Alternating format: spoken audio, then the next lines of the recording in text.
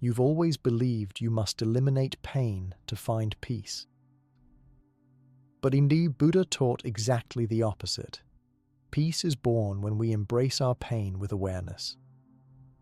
When you stop running and begin observing your pain like a monk observes the breath, it transforms into silent wisdom. The 12 Buddhist paths don't promise to end your suffering, but to transform it into profound clarity. Prepare to sleep while listening to this video. Subscribe to the channel. Leave your like and comment from which part of the world you are watching. Get comfortable and relax. Let's begin. Have you ever noticed how quickly we try to escape from pain? It's almost instinctual. We feel discomfort and immediately seek relief. But what if there was another way to relate to pain that could actually transform our experience? This is where Buddhist mindfulness meditation offers a revolutionary approach. Vipassana meditation, one of Buddhism's oldest practices, teaches us to observe painful sensations without immediately reacting to them. This isn't about becoming a pain enthusiast or denying your discomfort. It's about developing a different relationship with pain that reduces suffering. The Buddha himself discovered that while pain is inevitable in human life, our habitual reactions often multiply our suffering unnecessarily. When we experience pain, whether physical discomfort, emotional distress, or mental anguish, we typically respond in one of two ways. We either fight against it or become completely overwhelmed by it. Vipassana offers a middle path. Through this practice, we learn to observe sensations with a kind of curious, compassionate attention rather than immediate aversion. The technique is deceptively simple but profoundly transformative. When pain arises, instead of immediately trying to escape it, you bring your attention directly to the sensation. Notice its qualities. Is it sharp or dull? Burning or aching? Is it constant or pulsing? Where exactly is it located? Does it have clear boundaries or does it radiate? This detailed observation helps separate the raw sensory experience from the stories and reactions we layer on top of it. Neuroscientists have been fascinated by how mindfulness changes pain processing in the brain. Research shows that experienced meditators demonstrate altered activity in pain processing regions. While they still register the sensory component of pain, the emotional suffering component often diminishes significantly. This suggests that pain and suffering, while related, are actually distinct processes that can be separated with practice. What makes this approach so powerful is recognizing that pain itself has multiple dimensions. There's the primary pain sensation, which might be unavoidable. But then there's the secondary suffering created by resistance, fear, catastrophizing thoughts, and tension. A person with chronic back pain, for instance, might experience not just the physical discomfort, but also anxiety about whether it will get worse, frustration about limitations, and fear about the future. Mindfulness helps untangle this complex knot of experience. Regular practice develops what Buddhist teachers call the observing mind, the capacity to watch our experience without being completely identified with it. This doesn't mean dissociating from pain, but rather recognizing that pain is something experienced by awareness rather than something that defines us completely. As one practitioner with chronic illness described it, the pain is still there, but I'm no longer consumed by it. There's pain, and there's also me observing the pain. That space makes all the difference. This approach works not just for physical pain, but for emotional distress as well. When we experience difficult emotions like grief, anger, or anxiety, mindfulness teaches us to feel these fully without being overwhelmed. We learn to notice thoughts like, "I can't handle this," or "this will never end," as just thoughts, not absolute truths. This creates a sense of spaciousness even amid intense feelings. The Buddha compared this process to watching clouds pass through the sky. The sky itself, your awareness, remains open and unchanging, even as various clouds of sensation, emotion, and thought pass through. This perspective shift doesn't trivialize pain, but transforms our relationship to it. Practically speaking, developing this capacity takes consistent practice. Most meditation teachers recommend starting with short periods of formal meditation in relatively comfortable conditions before applying these skills to more challenging pain. Beginning with the sensation of breathing, noticing the rising and falling of the abdomen or the feeling of air at the nostrils, establishes the foundation of mindful attention that can later be directed toward more difficult experiences. Body scan practices, where attention is systematically moved through different regions of the body, help develop the granular awareness needed to work skillfully with pain. These exercises reveal how sensations are constantly changing, sometimes intense, sometimes mild, sometimes absent altogether. This direct experience of impermanence is crucial for understanding that pain, like everything else, is subject to change. Working with difficult sensations in meditation also builds emotional resilience. When we discover we can stay present with discomfort without immediately reacting, we develop confidence in our capacity to face challenges.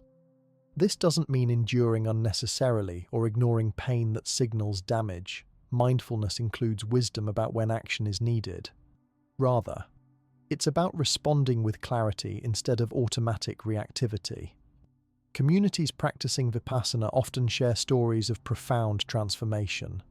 People living with conditions like fibromyalgia, cancer, or depression report that while mindfulness might not completely eliminate their condition, it radically changes their relationship to it, allowing them to live with greater peace and engagement. One long-term practitioner with arthritis noted, "Before meditation, my pain owned me. Now I experience it without it defining my entire existence." The applications of mindfulness for pain have become so well documented that clinical adaptations like mindfulness-based stress reduction, MBSR, are now offered in hospitals and healthcare settings worldwide. These secular programs, while simplified from traditional Buddhist practices, maintain the essential approach of observing sensations with non-judgmental awareness. What makes Vipassana particularly valuable is that it doesn't require special equipment, can be practiced anywhere, and becomes more accessible with regular practice. While initially sitting with discomfort might seem counterintuitive, practitioners discover that resistance actually intensifies suffering, while mindful presence often reveals unexpected dimensions of ease, even within difficulty. The Buddha taught that there's a crucial difference between pain and suffering. Pain refers to the unavoidable physical and emotional discomforts that come with having a human body and mind. Suffering is what happens when we resist, fight against, or become overwhelmed by that pain. Vipassana addresses this second layer of suffering, showing us how to be with pain in a way that doesn't compound it. This practice isn't about achieving some special state where we no longer feel anything. Rather, it's about developing the capacity to experience the full range of human feeling with balance and clarity. There's a profound peace that comes not from escaping difficulty, but from learning to be fully present with whatever arises. This is the transformative power of mindfulness, not changing our pain directly, but changing our relationship to it in ways that lead to genuine peace. The Four Noble Truths. Understanding the nature of suffering. Most of us spend our lives trying to maximize pleasure and minimize pain. We chase after what we think will make us happy and run away from what we believe will make us suffer. Yet despite our best efforts, suffering seems inescapable. Over 2,500 years ago, a man named Siddhartha Gautama, who would later be known as the Buddha, recognized this fundamental human predicament and devoted his life to finding a solution. The result of his spiritual investigation was a remarkably practical framework called the Four Noble Truths. Far from being abstract philosophy, these truths function like a medical diagnosis and treatment plan for human suffering. They identify what's wrong, explain its cause, describe what health looks like, and offer a detailed path to achieve it.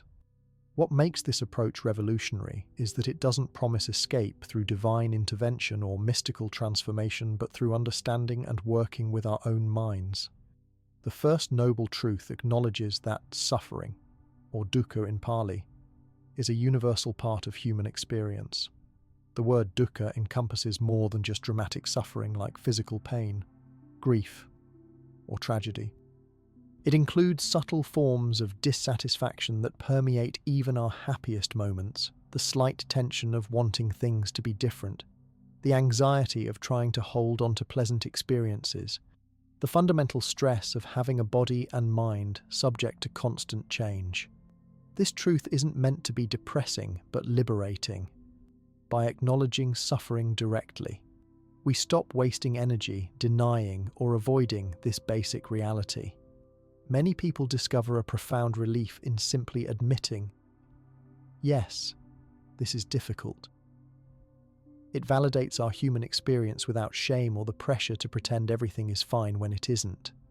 The Buddha compared this recognition to a doctor accurately diagnosing an illness. It's the essential first step toward healing.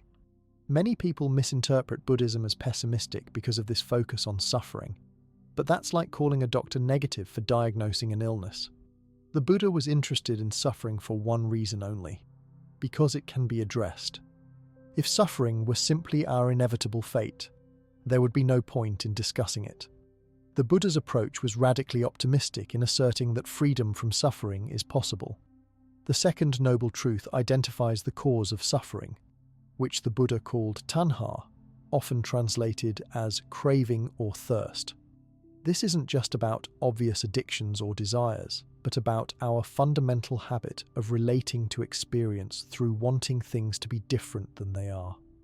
We crave pleasant experiences to continue, unpleasant ones to end, and neutral experiences to become more interesting. Even our sense of self is constructed through this process of craving and aversion. This insight about the cause of suffering is profound because it locates the source of our distress not primarily in external circumstances, but in our internal relationship to those circumstances. Two people can experience identical situations with vastly different levels of suffering depending on their patterns of craving and resistance. This doesn't mean external conditions don't matter. Poverty, injustice, and illness create genuine challenges, but our relationship to those conditions dramatically affects our experience. The third noble truth is where hope fully enters the picture. It states that the cessation of suffering is possible. Since suffering arises from craving and ignorance about the nature of reality, it can end when these causes are addressed. This isn't just theoretical. The Buddha claimed that anyone who follows the path can experience progressive freedom from suffering, culminating in a state called nirvana or liberation. This truth points to the possibility of relating to life's inevitable challenges with clarity and equanimity rather than being driven by compulsive patterns of craving and aversion. It suggests we can experience pain without the additional layer of suffering that comes from resistance. Even brief moments of freedom, when we're fully present without wanting things to be different, give us a taste of what's possible. The fourth noble truth outlines the practical path that leads to the end of suffering. This eightfold path isn't a sequential checklist, but 8 interconnected aspects of life that work together: wise understanding, wise intention, wise speech, wise action, wise livelihood, wise effort, wise mindfulness, and wise concentration. These 8 factors address how we view reality, how we form intentions, how we interact with others, and how we work with our own minds. What makes this path so practical is that each aspect can be cultivated in everyday life. We don't need to wait for some dramatic spiritual breakthrough. Each small improvement in understanding, speech, action, or mental habits reduces suffering incrementally. The path integrates ethical conduct, mental training, and wisdom development, recognizing that all 3 dimensions are necessary for genuine transformation. The wisdom component involves understanding impermanence, interdependence, and non-self, seeing that all phenomena, including our own bodies and minds, are constantly changing processes rather than fixed entities. The ethical component recognizes that our actions affect both others and ourselves, creating the conditions for either suffering or well-being. The mental cultivation component develops the stability and clarity of mind needed to maintain awareness amid life's challenges. The Eightfold Path isn't about perfection, but about direction. Each step toward greater awareness, compassion, and wisdom naturally reduces suffering. A person who has made progress on the path might still experience physical pain, loss, or illness, but relates to these difficulties with less resistance and greater equanimity. The suffering that comes from fighting against reality gradually diminishes. What's particularly valuable about the Four Noble Truths is their empirical, testable quality. The Buddha encouraged people not to accept these teachings on faith, but to investigate them in their own experience. Does identifying with craving and aversion create suffering? Does letting go of these patterns bring greater peace? These are questions we can explore directly rather than accepting dogmatically. Modern psychology has found remarkable parallels with these ancient insights. Cognitive therapies recognize how our thoughts and interpretations shape our emotional experience. Acceptance-based approaches acknowledge that fighting against painful realities often increases suffering. Mindfulness practices that develop non-judgmental awareness of experience have been incorporated into numerous evidence-based interventions for pain, depression, and anxiety. The Four Noble Truths offer a comprehensive framework for understanding and transforming our relationship with suffering. They begin with the honest recognition of difficulty, identify its causes in our habitual patterns of mind, point to the possibility of freedom, and outline a practical path of development. Unlike approaches that promise quick fixes or spiritual bypassing of painful realities, the Buddhist path embraces our full human experience while showing how we can relate to it with greater wisdom and compassion. By understanding and applying these truths in daily life, we can transform even painful experiences into opportunities for growth and liberation. The promise isn't that life will become free of challenges, but that we can develop the capacity to meet those challenges with a clear mind and open heart. In this way, the ancient wisdom of the Four Noble Truths continues to offer a relevant and effective approach to human suffering even in our modern world.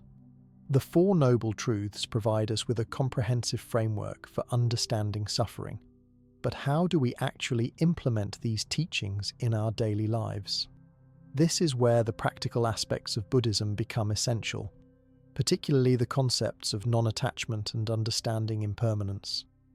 These teachings offer concrete ways to reduce suffering and find greater peace even amid life's challenges. Non-attachment, or nekkhamma in Pali, is one of Buddhism's most powerful but frequently misunderstood concepts. Many people hear non-attachment and imagine someone who doesn't care about anything or anyone, a cold, distant person who avoids connections to stay safe from pain. This interpretation couldn't be further from the Buddha's teachings. True non-attachment isn't about not caring. It's about caring in a way that doesn't create additional suffering. Think about how we typically relate to things we value. We tend to grasp tightly, whether it's relationships, possessions, achievements, or even our own identity and beliefs. This tight grip creates a subtle tension in our experience, a background anxiety about potentially losing what we hold dear. The Buddha observed that this clinging actually interferes with our ability to fully enjoy and appreciate what's present because we're constantly worried about loss. Non-attachment means holding things with an open palm rather than a clenched fist.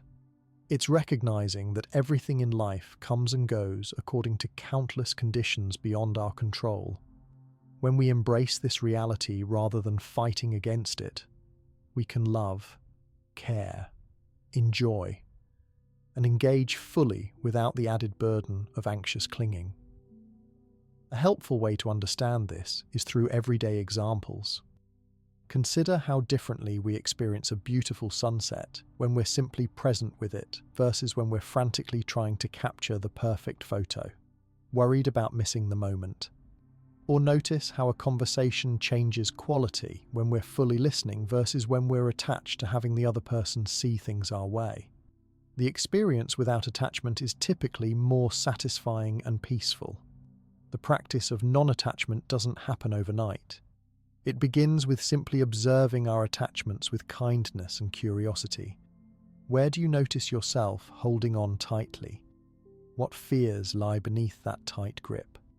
Common attachments include our self-image, our opinions being right, material possessions, particular outcomes, and specific ideas about how relationships should work.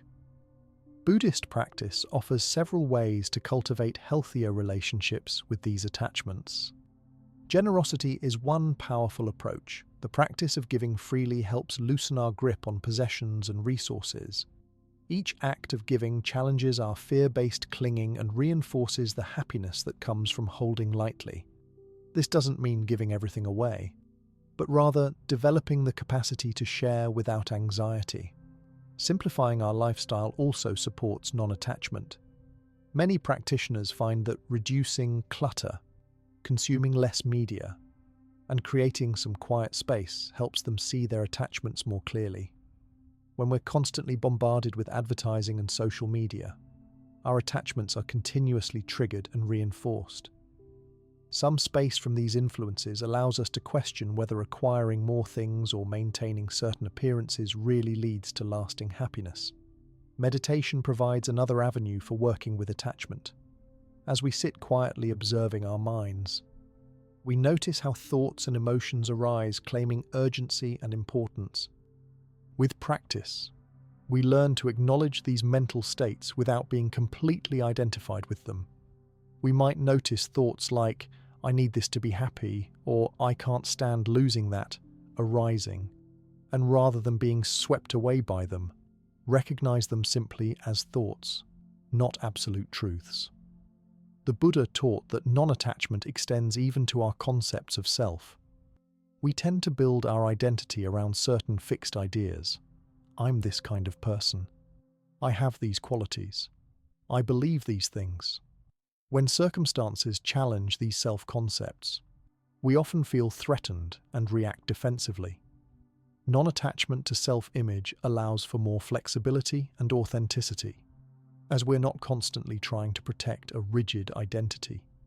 This doesn't mean having no sense of self, but holding our self-concept lightly enough to allow for growth and change. One of the most profound aspects of non-attachment relates to our experiences of pleasure and pain. Without attachment, we can fully enjoy pleasant experiences as they occur, savoring them completely, while not creating suffering when they inevitably end. Similarly, we can meet painful experiences directly, without the additional suffering that comes from resistance, and without fear consuming us. This balanced approach allows us to be more fully present with the whole range of human experience.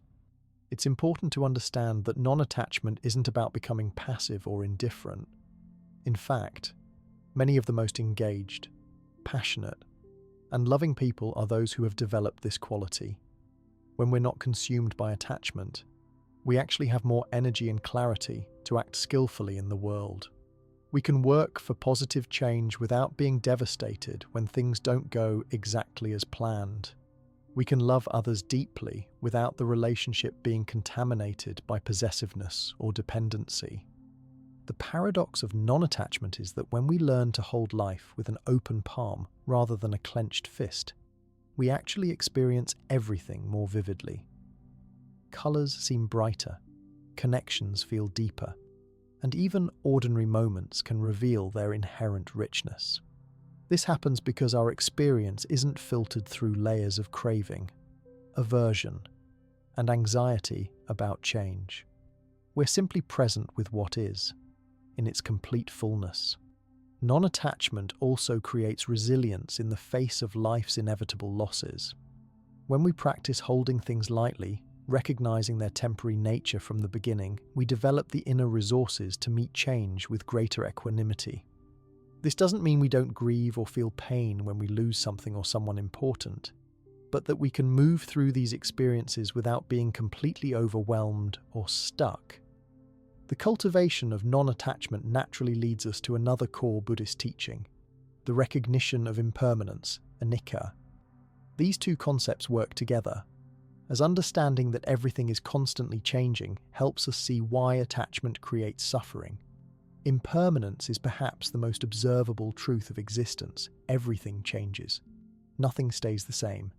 Our bodies, thoughts, emotions, relationships, possessions, and circumstances are in constant flux. Yet, despite this obvious reality, we often live as if the things we care about should be permanent. This disconnect between reality and expectation creates tremendous suffering. The Buddha considered the direct recognition of impermanence so important that he called it one of the 3 marks of existence, fundamental characteristics of all experience that, when deeply understood, lead to liberation from suffering. Impermanence isn't just an intellectual concept to agree with, but a truth to be observed intimately in every aspect of our lives. When we look closely, we see change happening at every level of experience. Our physical bodies transform constantly. Cells die and are replaced. Energy levels fluctuate. Sensations arise and pass away. Our mental and emotional states shift continuously. A mood that seemed all-encompassing in the morning might be forgotten by afternoon. Even things that appear solid, like mountains or buildings, are gradually changing, just at a pace we might not readily perceive. The practice of observing impermanence begins with simple awareness. Throughout the day, we can notice the changing nature of our experience, how physical sensations shift and transform, how emotions rise and fall like waves, how thoughts appear and disappear like clouds in the sky. This isn't about trying to make things change or prevent change, but simply recognizing the flow that's already happening. Meditation offers a structured way to observe impermanence directly. As we sit quietly, following our breath or noting sensations in the body, we begin to perceive the subtle changes that are constantly occurring. What appeared to be a solid sensation of tension might reveal itself as a complex pattern of vibration, pulsation, and release. An emotion that seemed fixed and permanent shows its changing qualities when observed closely. This observation isn't just an interesting exercise, it profoundly changes our relationship with difficult experiences. When we're caught in physical pain, anxiety, grief, or other challenging states, they can feel permanent and overwhelming. Recognizing their impermanent nature doesn't make them instantly disappear, but it does create some space around them. We start to notice that even intense pain has moments of lessening, that grief comes in waves rather than as a solid block, that anxiety has fluctuations in intensity. Understanding impermanence also transforms how we relate to pleasant experiences. Instead of frantically trying to hold on to joy, pleasure, or success, which paradoxically diminishes our ability to enjoy them fully, we can appreciate these experiences completely as they occur, knowing their passing nature. There's a bittersweet quality to this awareness, but also a depth and richness that comes from not taking anything for granted. The Buddha taught specific contemplations to deepen our understanding of impermanence. One classic practice involves observing how all conditioned things arise due to certain causes and conditions, exist for a time while those conditions persist, and then pass away when conditions change. This perspective helps us see that nothing exists independently or permanently. Everything is part of an interconnected flow of change. Another traditional contemplation focuses on the certainty of death. While this might sound morbid to some, it's actually a profound wake-up call that can infuse our lives with meaning and presence. By regularly reflecting on the fact that our time is limited, we become less likely to waste precious days on trivial concerns or postpone what's truly important. The awareness of mortality can strip away superficial preoccupations and reveal what matters most. Embracing impermanence doesn't mean becoming nihilistic or seeing life as meaningless because it's transient. Quite the opposite. Many people find that acknowledging the fleeting nature of experience makes each moment more precious. Think about how we appreciate the cherry blossoms precisely because they bloom for such a short time, or how a sunset's beauty is enhanced by knowing it won't last.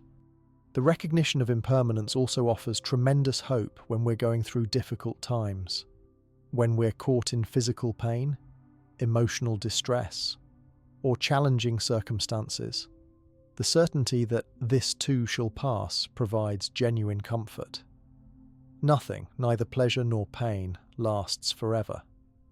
This understanding gives us courage to face difficult experiences directly, knowing they aren't permanent fixtures of our lives. On a deeper level, embracing impermanence leads to a profound shift in how we construct our sense of self. When we observe closely, we see that what we call I or me is actually a flowing process rather than a fixed entity. Our bodies, perceptions, thoughts, emotions, and consciousness are all changing continually. This insight doesn't mean we don't exist, but that we exist as a process rather than a thing, more like a river than a rock. This understanding of impermanence naturally supports non-attachment. When we truly see how everything is constantly changing according to countless conditions, holding on tightly makes less sense. We can engage fully with life while maintaining an inner awareness that all experiences are visitors, not permanent residents. This balanced perspective allows for both wholehearted participation and equanimity amid change. Understanding impermanence and practicing non-attachment create the foundation for Buddhist practice, but they're not the end goal. These insights naturally open the door to some of Buddhism's most transformative and healing practices: compassion and loving kindness. As we recognize the changing nature of all phenomena and loosen our tight grip on fixed ideas, our hearts naturally become more responsive to suffering, both our own and that of others. The practice of compassion, or karuna in Pali, is central to Buddhist transformation of suffering. While Western cultures often view compassion as a nice but optional quality, Buddhism considers it an essential component of both spiritual development and psychological well-being. Compassion is the natural response of a wise heart to the presence of suffering, a genuine wish to alleviate pain wherever it's found. True compassion begins with ourselves. Many people mistakenly believe that being hard on themselves motivates improvement, but research consistently shows that self-criticism actually undermines resilience and growth. In contrast, meeting our own pain with compassion creates the emotional safety needed for genuine healing. This isn't about making excuses for harmful behavior or avoiding responsibility, but about relating to our struggles with kindness rather than harsh judgment. Practicing self-compassion involves recognizing when we're suffering, acknowledging that suffering is part of the shared human experience, and offering ourselves the same kindness we would offer a good friend in similar circumstances. When we make mistakes or face difficulties, instead of the typical reaction of self-blame, "I'm such a failure," or isolation, "no one else struggles like this," we can practice a more compassionate response. "This is really hard right now.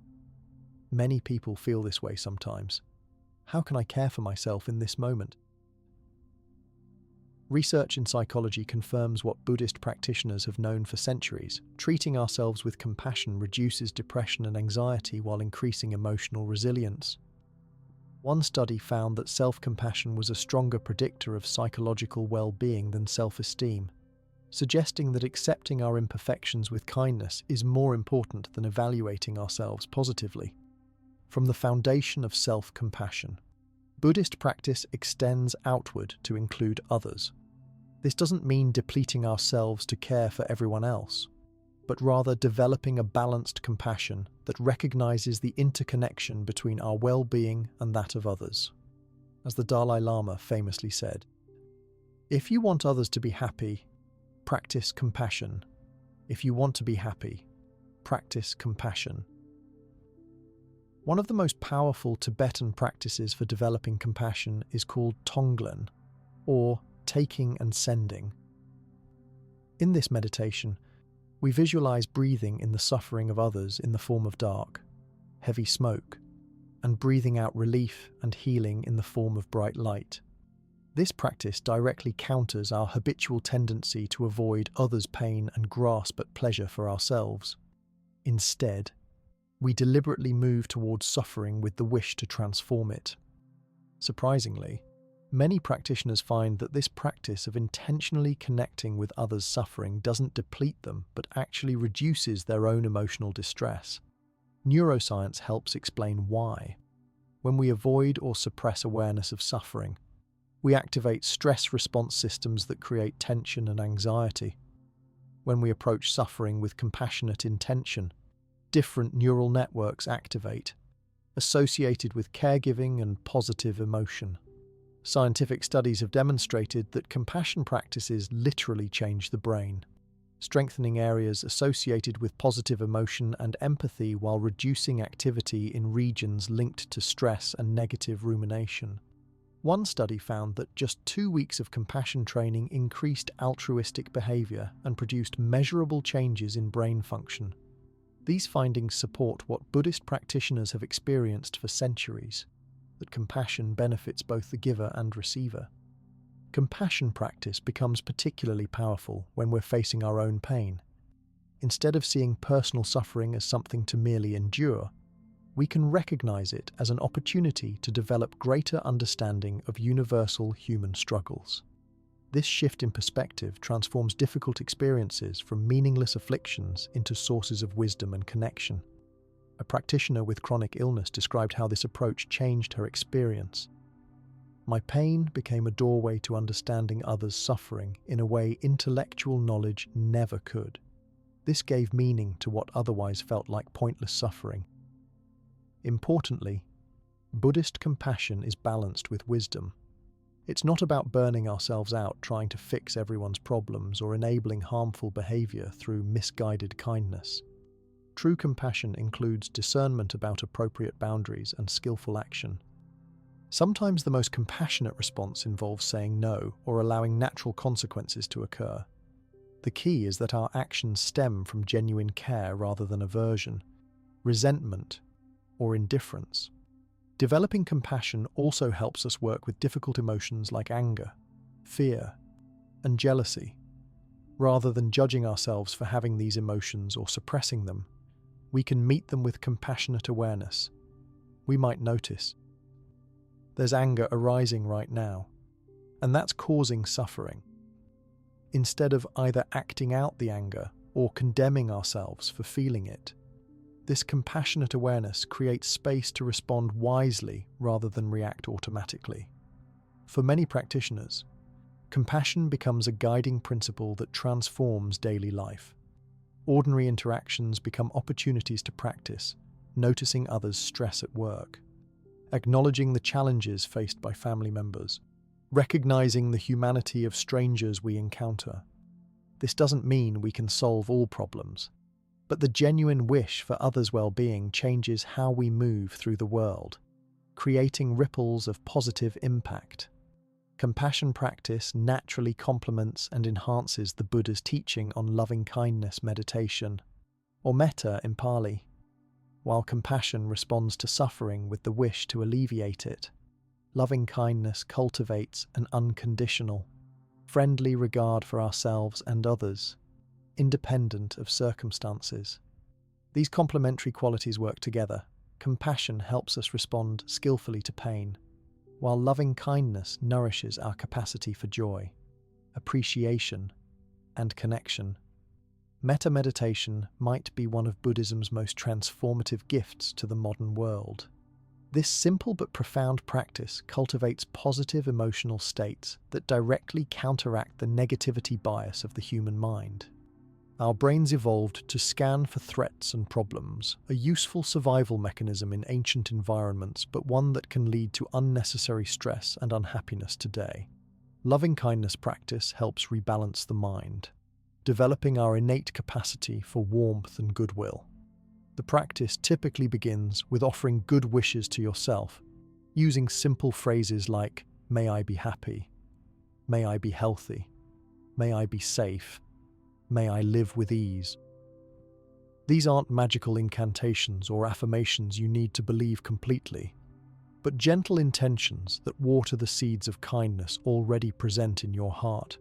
Even if self-directed kindness feels challenging at first, as it does for many people, the gentle repetition gradually softens internal resistance. After establishing self-directed, loving kindness, the practice traditionally expands to include a benefactor, someone who naturally inspires feelings of gratitude and warmth, a friend, a neutral person, someone you neither particularly like nor dislike, a difficult person, and eventually, all beings everywhere. This systematic approach helps break down the barriers we habitually create between those we care about and those we don't, developing a more inclusive sense of care. The phrases used in metta practice are simple but profoundly transformative when practiced regularly. They help redirect the mind from its habitual patterns of judgment, criticism, and worry towards states of acceptance and goodwill. Some practitioners find it helpful to adapt the traditional phrases to make them more personally meaningful, focusing on qualities that feel especially important in their lives.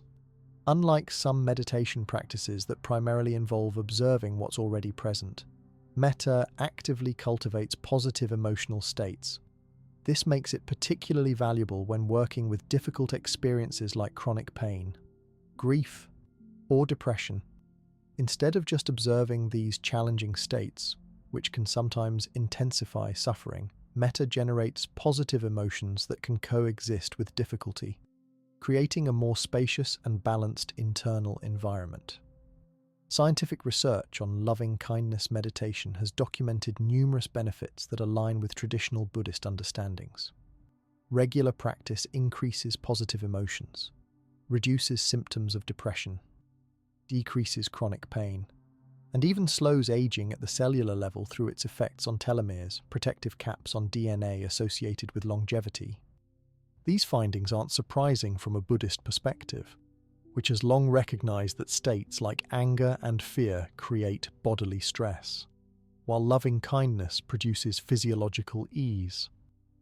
One of the most significant findings is that loving kindness meditation activates brain regions associated with positive emotion and empathy.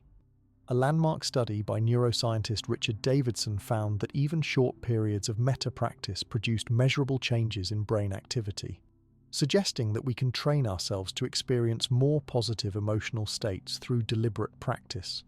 For people struggling with chronic negative emotions or painful physical conditions, this research offers genuine hope for transformation. Loving kindness practice is also remarkable for its accessibility.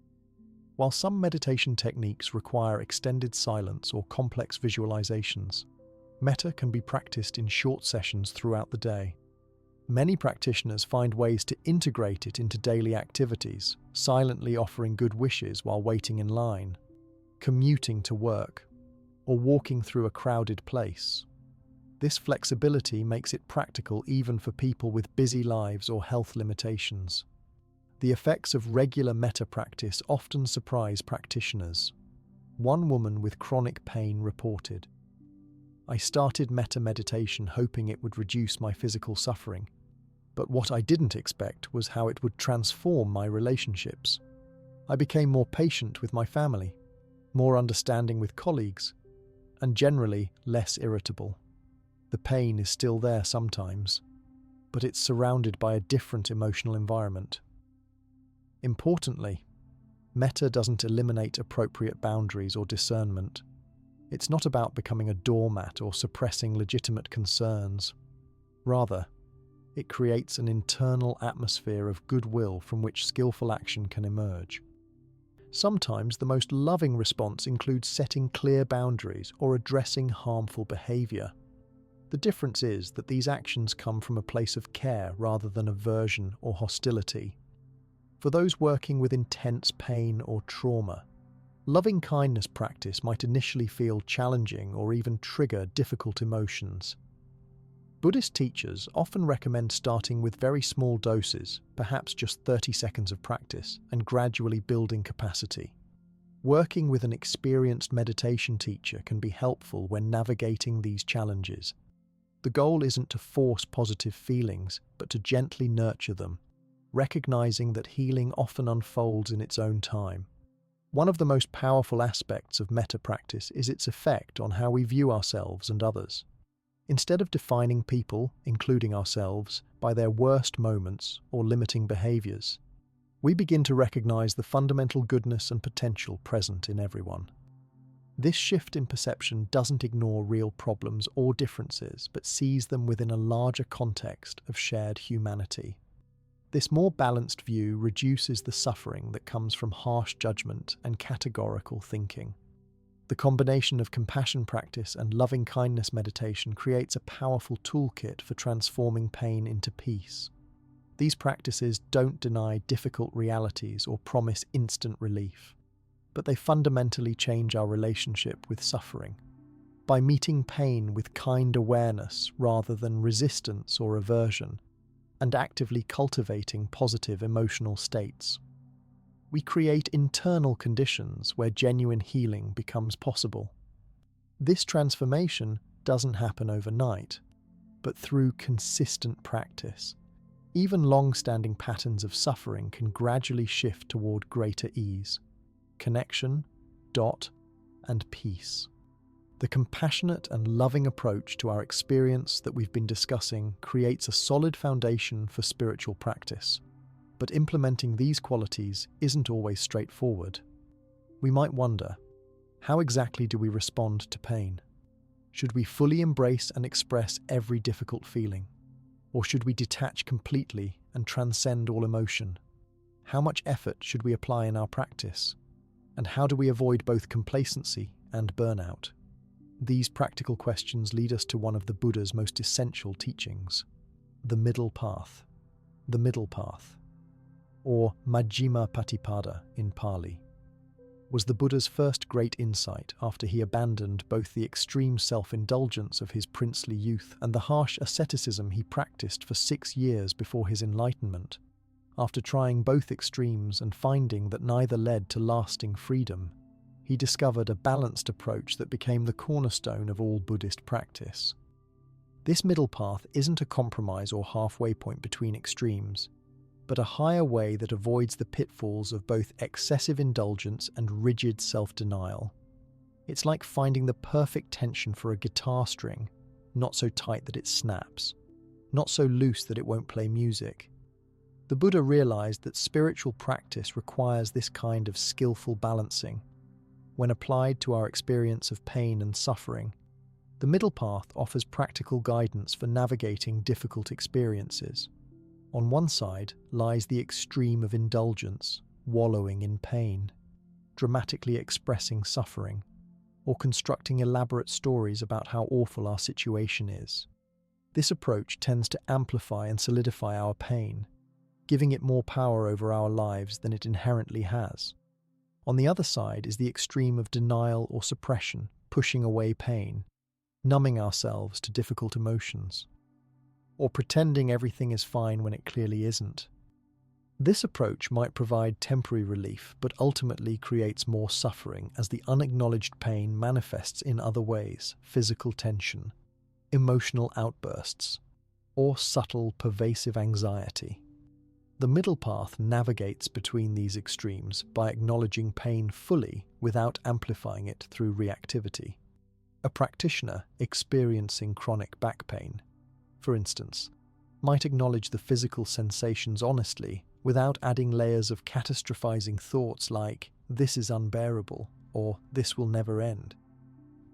They might use appropriate medical treatments without becoming completely dependent on pain medication.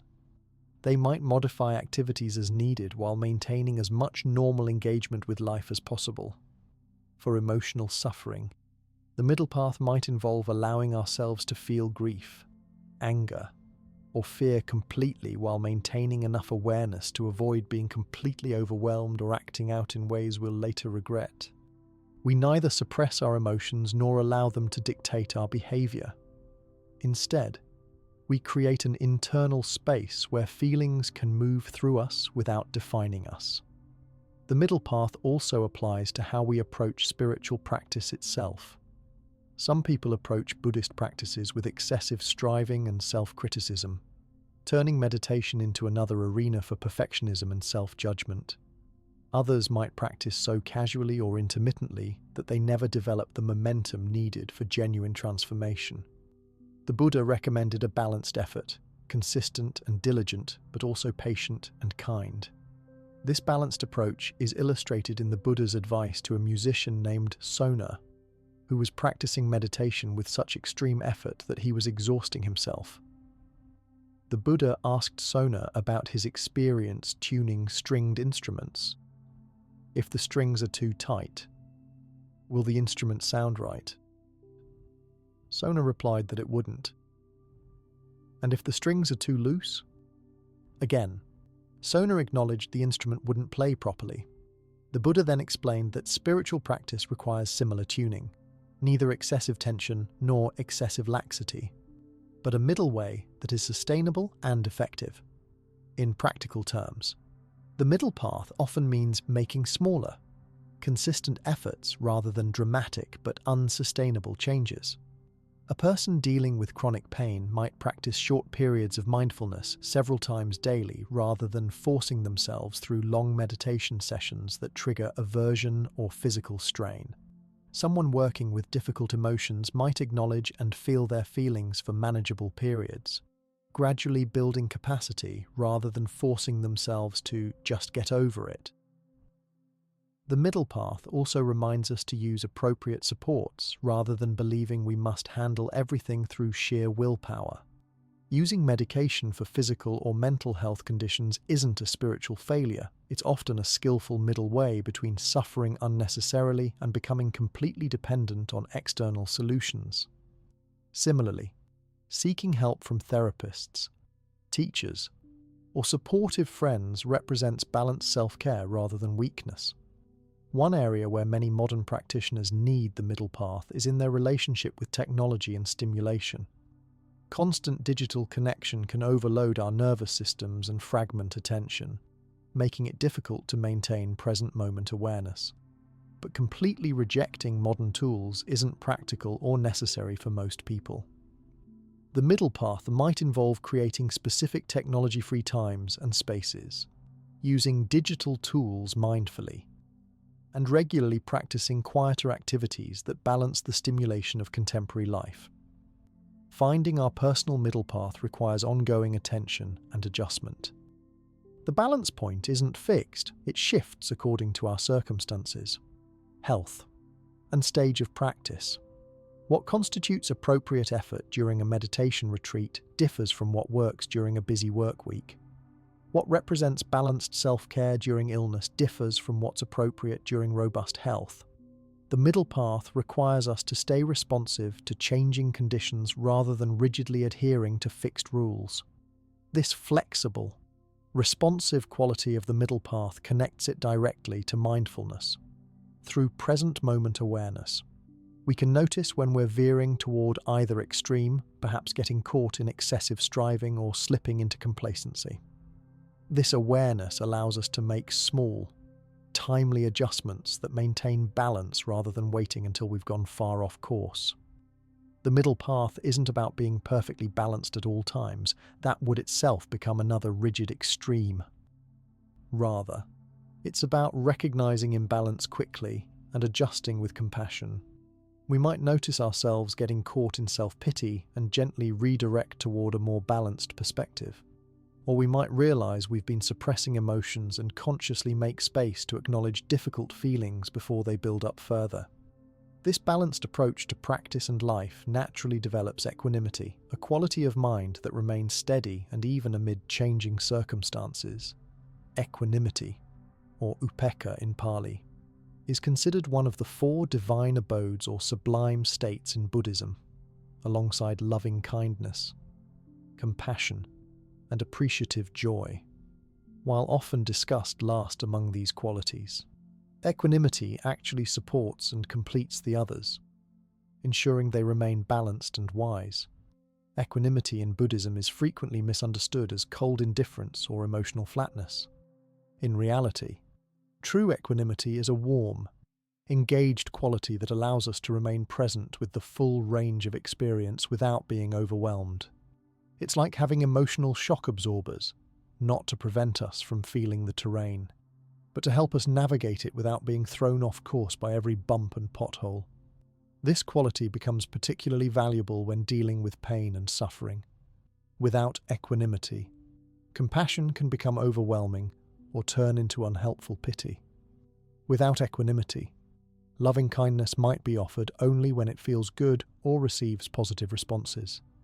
Equanimity gives these heart qualities stability and resilience, allowing them to function effectively even in challenging circumstances. The Buddha described equanimity as an understanding that all beings experience happiness and suffering according to their actions, a recognition that while we can offer help and support, ultimately each person's journey is their own. This understanding prevents us from taking excessive responsibility for others' happiness or becoming crushed when we can't immediately alleviate their suffering. It's not about caring less, but about caring in a sustainable way that recognizes the complex reality of causes and conditions. Equanimity also involves recognizing that all experiences arise and pass according to countless conditions, many beyond our direct control. This doesn't mean passively accepting injustice or avoiding appropriate action. Rather, it means bringing a balanced perspective to our efforts, understanding that results will unfold according to numerous factors beyond our individual will. This perspective reduces the suffering that comes from excessive attachment to specific outcomes. Practicing equanimity begins with noticing where we lack balance, where we're over-invested in certain outcomes, overly averse to certain experiences, or biased in our treatment of different people. We might notice, for instance, that we're much more concerned about the suffering of people close to us than strangers, or that we're more upset about minor personal inconveniences than major problems affecting others. These observations aren't reasons for self-criticism, but opportunities to cultivate greater balance.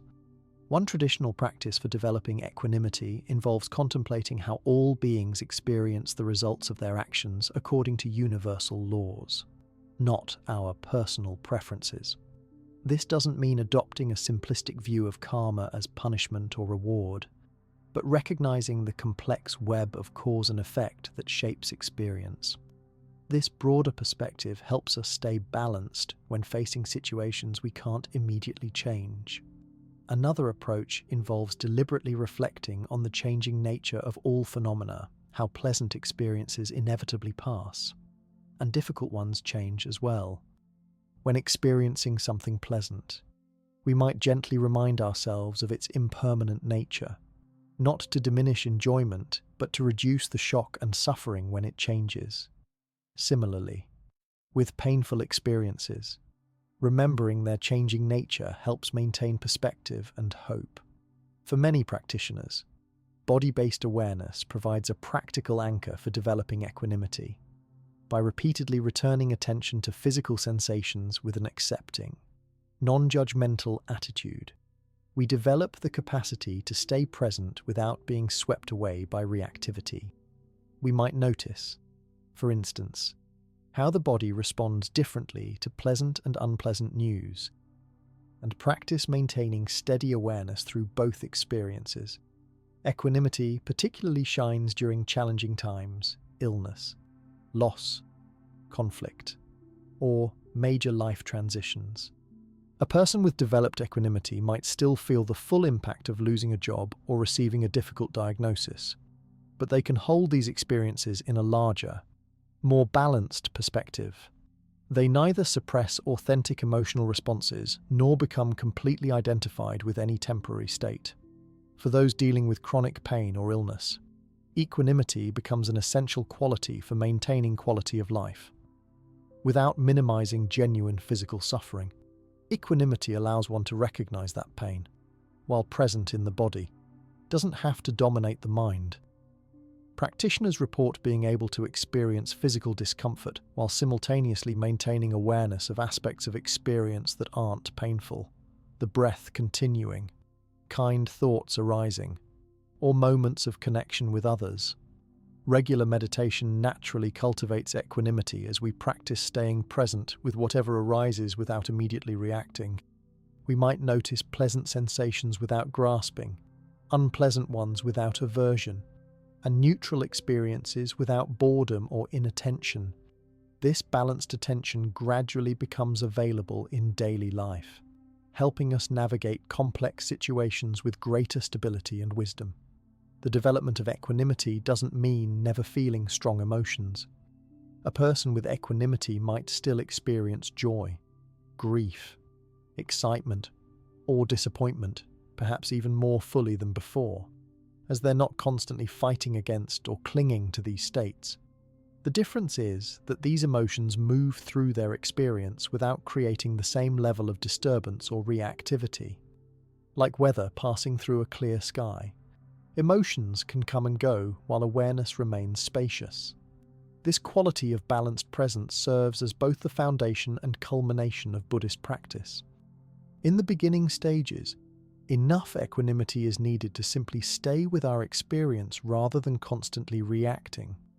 As practice deepens, equanimity becomes more profound and stable, allowing us to meet increasingly challenging situations with steadiness and clarity. This growing capacity to remain balanced amid life's inevitable ups and downs represents one of Buddhism's most practical gifts for transforming suffering into peace. As we cultivate equanimity in our lives, we begin to notice something profound. Our experiences don't happen in isolation. The calm, balanced awareness we develop allows us to see connections and patterns that our reactive minds typically miss. This naturally leads us to one of Buddhism's most transformative insights, the principle of interdependence, known in Buddhist texts as pratityasamutpada. Interdependence, or dependent origination, is the understanding that nothing exists independently. Everything arises due to countless causes and conditions. The Buddha described this principle as profound and difficult to see. Yet understanding it is essential for transforming our relationship with pain.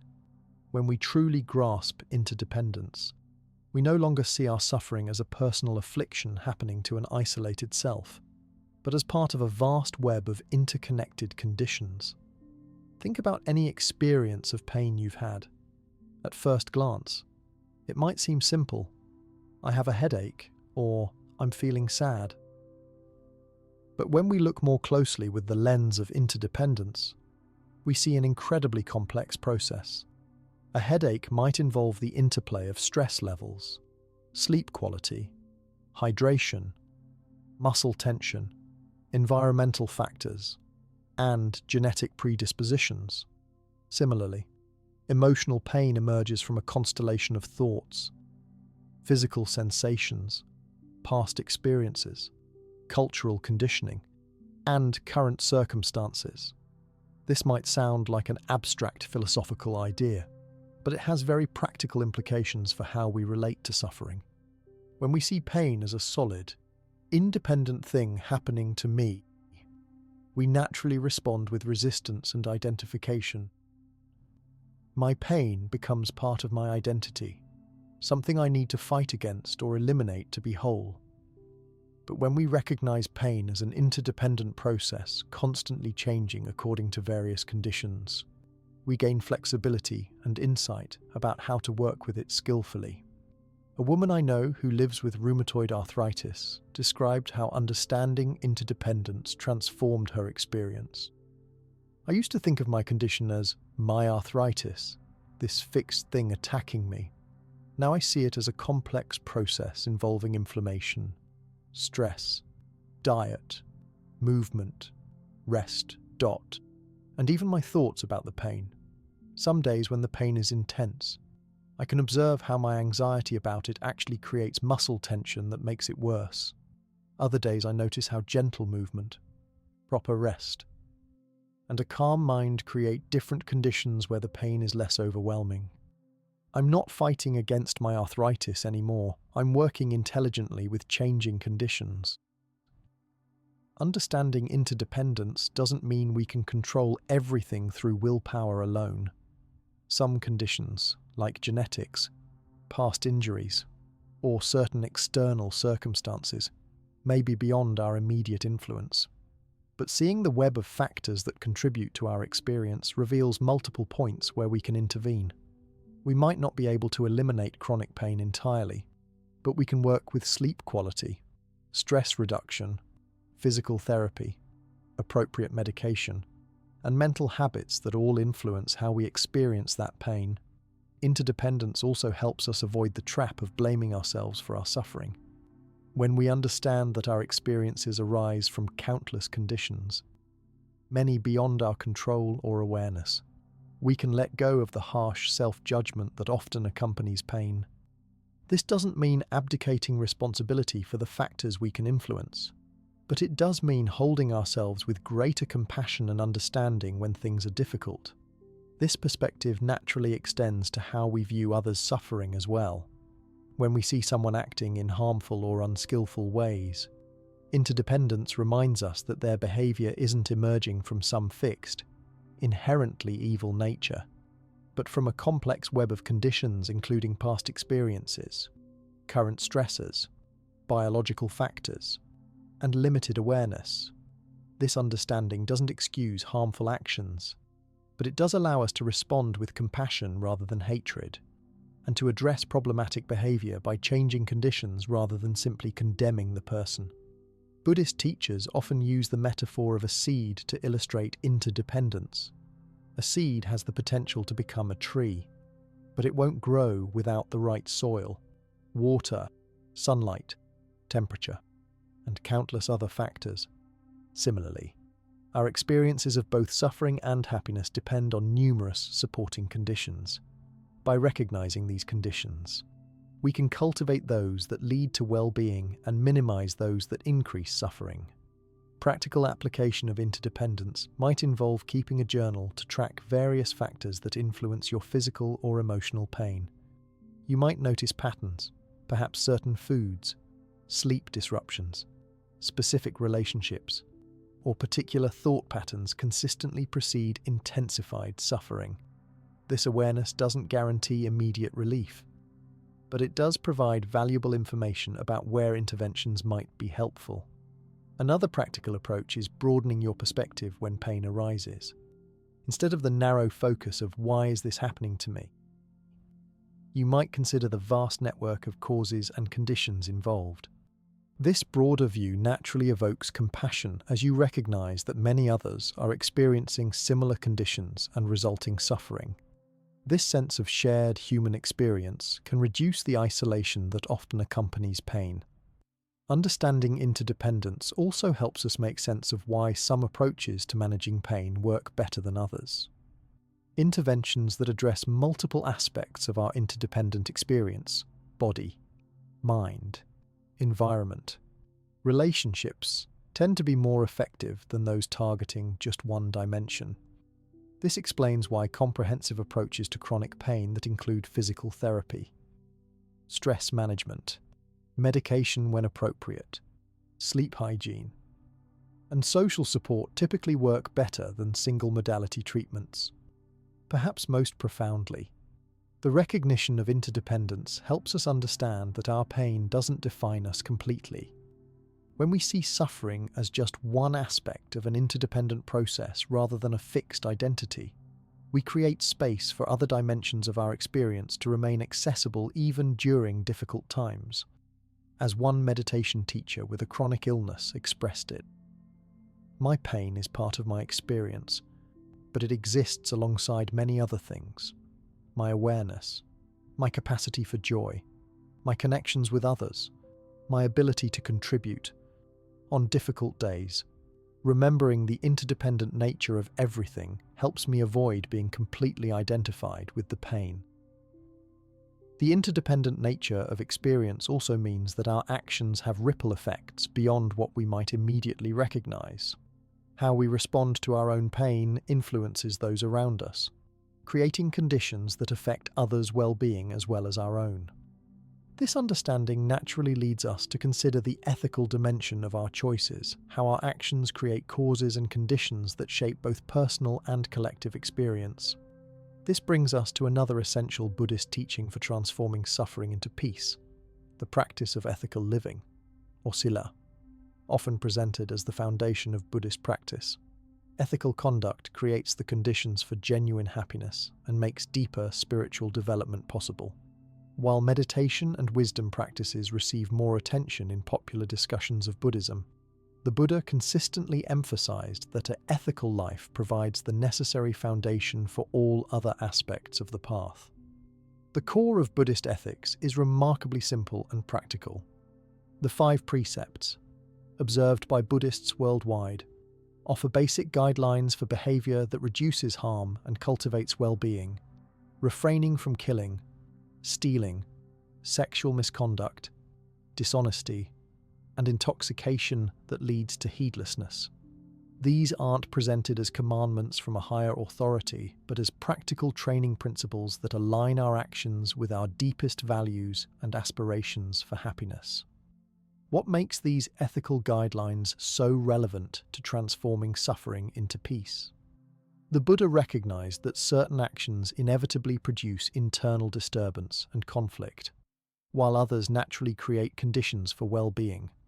When we act in ways that harm ourselves or others, even subtly, we create agitation in the mind that undermines peace and clarity. Conversely, acting with kindness, honesty, and respect establishes a foundation of psychological well-being that supports all other aspects of practice. Modern psychology confirms this ancient wisdom. Research consistently shows that alignment between our values and actions significantly impacts mental health. When we behave in ways that contradict our deeper values, we experience cognitive dissonance that manifests as anxiety, guilt, or a vague sense of unease. Conversely, when our actions reflect our values, we experience what psychologists call moral elevation, positive emotions associated with living with integrity. Consider how ethical choices influence our experience of pain and suffering. When we're going through difficult times, physical illness, emotional distress, or challenging circumstances, having a clear conscience provides tremendous support. We're not adding the additional burden of regret, shame, or interpersonal conflict to our existing challenges. As one Buddhist teacher expressed it, if you want to sleep well at night, live an ethical life by day. The relationship between ethics and suffering works in both directions. Not only does ethical behavior reduce unnecessary suffering, but our experiences of pain can also deepen our ethical sensitivity. When we've gone through difficulties ourselves, we often develop greater empathy for others in similar situations. This natural compassion can motivate us to act more ethically, avoiding behaviors that would cause others the pain we've experienced ourselves. Living ethically isn't just about following rules or being good in an abstract sense. It's a practical approach to creating conditions for peace and harmony both internally and in our relationships. For example, speaking truthfully and kindly helps establish trust and clear communication, reducing the misunderstandings and conflicts that create suffering. Respecting others' property and boundaries creates safety and goodwill in communities. Maintaining clarity of mind through moderation with substances prevents the poor decisions and regrettable actions that often occur under the influence. One aspect of ethical practice that's particularly relevant to transforming suffering is the cultivation of non-harming, or ahimsa. This fundamental principle goes beyond merely avoiding obvious harm to actively cultivating care and consideration in all our interactions. When we make non-harming a conscious priority, we become more attuned to the subtle ways our actions affect others and ourselves. This awareness naturally reduces the suffering that comes from unconscious or careless behavior. For many practitioners, ethical guidelines serve as helpful navigational tools during difficult times when judgment might be clouded by strong emotions, when facing a challenging decision while in pain, anger, or fear. The precepts provide clarity about which actions will ultimately increase suffering and which will lead toward peace. This doesn't mean applying ethical principles rigidly or simplistically, but using them as compassionate guidance for skillful action. The Buddha emphasized that ethical behavior isn't about self-denial or restriction, but about freedom. When we act ethically, we free ourselves from the consequences of harmful actions, the anxiety, remorse, damaged relationships, and social conflicts that inevitably follow unskillful behavior. This freedom creates space for genuine happiness to develop, not dependent on external circumstances, but grounded in the peace of living in harmony with our deepest values. Practically speaking, developing ethical awareness involves regular reflection on our actions and their motivations. Some practitioners find it helpful to review their behavior at the end of each day, noticing where they acted with kindness and integrity, and where they might have caused harm through carelessness or reactivity. This isn't an exercise in self-judgment, but a compassionate check-in that strengthens ethical sensitivity over time. Many Buddhist traditions also emphasize the importance of making amends when we recognize we've caused harm. Rather than wallowing in guilt or pretending nothing happened, acknowledging mistakes and taking appropriate action to repair damage helps transform suffering into growth. This process of recognizing harmful patterns, committing to change, and making amends when possible is itself a powerful practice for transforming pain into peace. The cultivation of ethical awareness also involves developing greater sensitivity to the consequences of our actions beyond their immediate effects. Understanding interdependence helps us recognize how our choices create ripples that extend far beyond what we might initially perceive. For instance, our consumer choices affect not just our own finances, but environmental conditions and the lives of people involved in production. This broader perspective naturally encourages more careful, considered action that reduces suffering for ourselves and others. What makes Buddhist ethics particularly effective for transforming suffering is that they're grounded in understanding rather than obedience. We follow ethical guidelines not because we fear punishment or seek reward, but because we recognize through direct experience that certain actions lead to peace while others inevitably produce disturbance. This understanding-based approach creates a flexible, responsive ethical awareness rather than rigid moralism, allowing us to apply ethical principles skillfully in complex, changing circumstances. The ethical foundation we've been discussing creates the conditions for deeper spiritual development. But sometimes, when we're in the midst of intense suffering, ethics alone may not feel like enough. We might wonder if there's something more fundamental that can help us navigate our pain. This is where one of Buddhism's most profound and hopeful teachings comes in, the concept of Buddha nature, or Tathagatagarbha in Sanskrit. Buddha nature refers to our innate capacity for awakening, the natural clarity and compassion that exists within every sentient being. This teaching, particularly emphasized in Mahayana Buddhist traditions, suggests that beneath the layers of our confusion, reactivity, and suffering lies an already present potential for complete peace and wisdom. Our fundamental nature isn't broken or flawed, but inherently whole.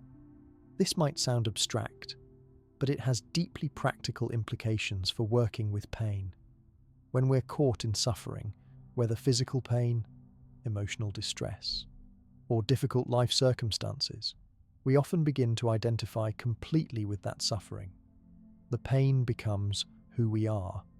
We might think, I am a depressed person, or I am my chronic illness. This identification with suffering makes the experience more solid and overwhelming. The teaching of Buddha nature reminds us that regardless of our current experience, our deeper nature remains unharmed. Even in the midst of intense physical pain, there remains awareness that is simply cognizant of the pain without being damaged by it. Even during emotional turmoil, there exists a level of consciousness that observes without being swept away. This isn't about denying our suffering, but recognizing that it doesn't define our entire being. A hospice worker once shared how this understanding transformed the way a terminal cancer patient approached his final months. initially overwhelmed by pain, fear, and grief. The patient began practicing meditation with an emphasis on recognizing the awareness that was present with his experiences but not limited by them. "I still have pain," he reported, "but I'm no longer just the pain. There's something in me that remains clear and peaceful even when everything else is falling apart." This recognition brought him profound comfort during an incredibly difficult time. The Buddha nature teaching doesn't suggest that our suffering isn't real or that we should ignore it. Rather, it offers a broader context for understanding our experience. Just as a clear sky doesn't disappear when clouds pass through it, our fundamental awareness and capacity for peace remain intact even when temporarily obscured by difficult conditions. Recognizing this gives us a reference point beyond suffering, a place to rest when pain feels overwhelming. Practically speaking, how do we access this Buddha nature in the midst of pain? Various Buddhist traditions offer specific practices. In some Zen traditions, practitioners are encouraged to ask, "Who is suffering?" Or, "What is it that's aware of this pain?" These questions aren't meant to be answered intellectually, but to point toward the consciousness that's aware of the experience rather than caught in it. Tibetan Buddhist traditions offer practices like looking for the mind, where we turn attention toward awareness itself rather than its contents. We might ask, what is the nature of the awareness that knows pain? When we look directly, we find something uncomplicated and clear, a simple knowing that itself isn't in pain, even when it's aware of pain in the body or emotions in the mind. These practices aren't about escaping our human experience, but about recognizing its full dimensions. We don't have to reject our conventional identity with its thoughts, feelings, and sensations to recognize that something more fundamental is also present. This is like realizing that a movie screen remains untouched by the dramatic scenes projected upon it. The screen doesn't reject the movie, it allows for its full display, but neither is it burned by the fire or wet from the rain in the scenes. For some practitioners, connecting with Buddha nature comes through devotional practices that evoke this quality of natural wakefulness. Chanting, visualization of enlightened beings, or mantra recitation can bypass our analytical mind and touch a deeper recognition of our fundamental nature. These practices create temporary experiences of clarity and peace that remind us of what's always available beneath our habitual patterns. Nature itself often serves as a powerful reminder of Buddha nature. Many people report spontaneous recognition of their deeper awareness when in beautiful natural settings. There's something about the open sky, mountains, or ocean that resonates with the vastness of our true nature. Even brief moments in natural settings can reconnect us with a sense of spaciousness beyond our personal suffering. The Buddha nature teaching offers particular hope for those dealing with long-term pain or illness. When conventional medical approaches have reached their limits, knowing that our essential nature remains untouched by physical conditions provides profound psychological and spiritual support. This isn't about magical healing, but about finding a dimension of peace that can coexist with physical difficulty. This perspective also transforms how we view our meditation practice. Rather than seeing practice as a process of achieving something we lack, we recognize it as a process of uncovering or remembering what's already present. This shift often brings greater patience and ease to practice. Instead of straining to make something happen, we're simply allowing our natural clarity to reveal itself by temporarily setting aside the habits that obscure it. Many practitioners find that recognizing Buddha nature naturally develops compassion for others who are suffering. When we glimpse our own fundamental wholeness, we can recognize the same quality in everyone else, regardless of their current state. This recognition helps us respond to difficult behavior with understanding rather than judgment, seeing through the temporary afflictions to the clear awareness that lies beneath. The Buddha nature teaching doesn't mean we'll never experience pain or that we should spiritually bypass genuine difficulties.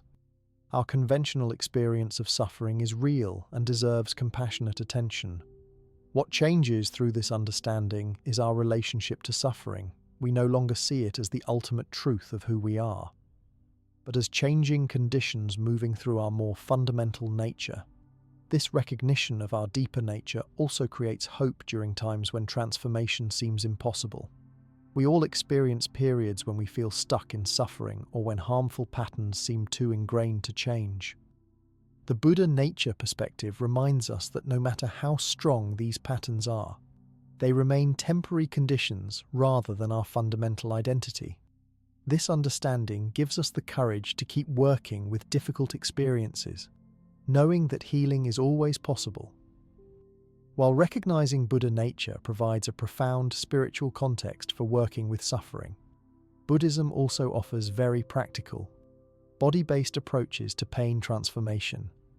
This brings us to another powerful tool: mindful movement practices that harmonize body and mind to alleviate suffering.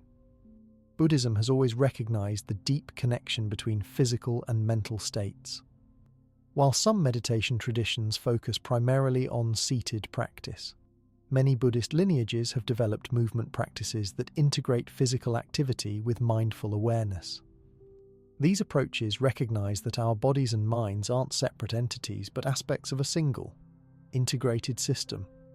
For people dealing with physical pain, mindful movement often provides relief where stillness meditation might initially increase discomfort. When we sit completely still with pain, we sometimes create additional tension through resistance or fear. Gentle, conscious movement can help release this tension while maintaining the present moment awareness that's essential for transformation. Walking meditation, Kinhin, is one of the oldest and most accessible mindful movement practices. Unlike our usual distracted walking, this practice involves moving slowly and deliberately, coordinating steps with the breath and maintaining full awareness of physical sensations. This simple practice helps dissolve the boundary between meditation and the rest of life, showing how we can maintain mindful awareness during activity. Many practitioners find walking meditation particularly helpful for working with difficult emotions or restless energy. The natural movement gives the body something to do while the mind remains present and attentive. One person recovering from major surgery reported that walking meditation allowed him to work with pain much more effectively than sitting meditation. Moving slowly and consciously gave me a way to be with the pain without fighting it or being overwhelmed by it. I could feel how the sensations changed with each step. Beyond formal walking meditation, various Buddhist traditions have incorporated other mindful movement practices. Zen traditions often include mindful work periods where physical activities like gardening, cooking, or cleaning become extensions of meditation practice. Thai forest traditions emphasize walking for many hours daily, alternating with sitting practice. Tibetan traditions include physical yoga-like exercises, Trul Core, that coordinate breath, movement, and awareness. Many contemporary Buddhists also practice more elaborate movement disciplines that share Buddhism's emphasis on present moment awareness. Tai Chi, Qigong, and some forms of yoga can function as moving meditation when practiced with full attention to breath, sensation, and energy. These practices often provide additional benefits for managing pain because they improve circulation, release muscle tension, and promote nervous system regulation. The scientific research on mindful movement for pain management is impressive. Studies show that gentle, conscious movement practices can reduce pain through multiple mechanisms. They release tension that often accompanies and amplifies pain, stimulate the production of natural pain-relieving chemicals in the body, improve blood flow to tissues, and activate the parasympathetic nervous system that supports relaxation and healing. What makes these practices distinctive isn't just the physical movements, but the quality of awareness brought to them. Unlike mechanical exercise focused solely on physical objectives, mindful movement emphasizes the cultivation of present moment awareness throughout the activity. This awareness component helps break the cycle of pain in several ways. First, Mindful movement helps us distinguish between different aspects of our pain experience. We might notice, for example, that what we labeled as back pain actually includes muscle tension, anxiety about the pain, and a particular posture that developed in response to initial discomfort. This more nuanced awareness reveals multiple points where we can intervene rather than seeing pain as a monolithic experience. Second, these practices help us recognize how thoughts and emotions influence physical sensations. During mindful movement, we might notice how anxious thoughts create physical tension that amplifies pain, or how judgmental attitudes toward limitations generate frustration that makes the experience worse. This recognition gives us more choice about how we respond to difficulty. Third, mindful movement builds confidence in working with challenging sensations. As we learn to stay present with the changing sensations of exertion, stretching, or balance during movement practice, we develop the capacity to stay present with other difficult physical experiences without immediate reactivity. This skill transfers to working with pain in daily life. For people with chronic conditions, mindful movement often provides a crucial entry point to reclaiming a positive relationship with their bodies. When pain or illness has dominated someone's bodily experience, gentle practices like Qigong or adapted yoga can help them rediscover sensations beyond pain, experiences of strength, flexibility, balance, and pleasure that may have been overshadowed by suffering. A woman with fibromyalgia described how Tai Chi transformed her relationship with her body. Before, my body felt like my enemy, just a source of pain and limitation. Through slow, mindful movement, I started experiencing moments when my body felt coordinated, capable, and even pleasant.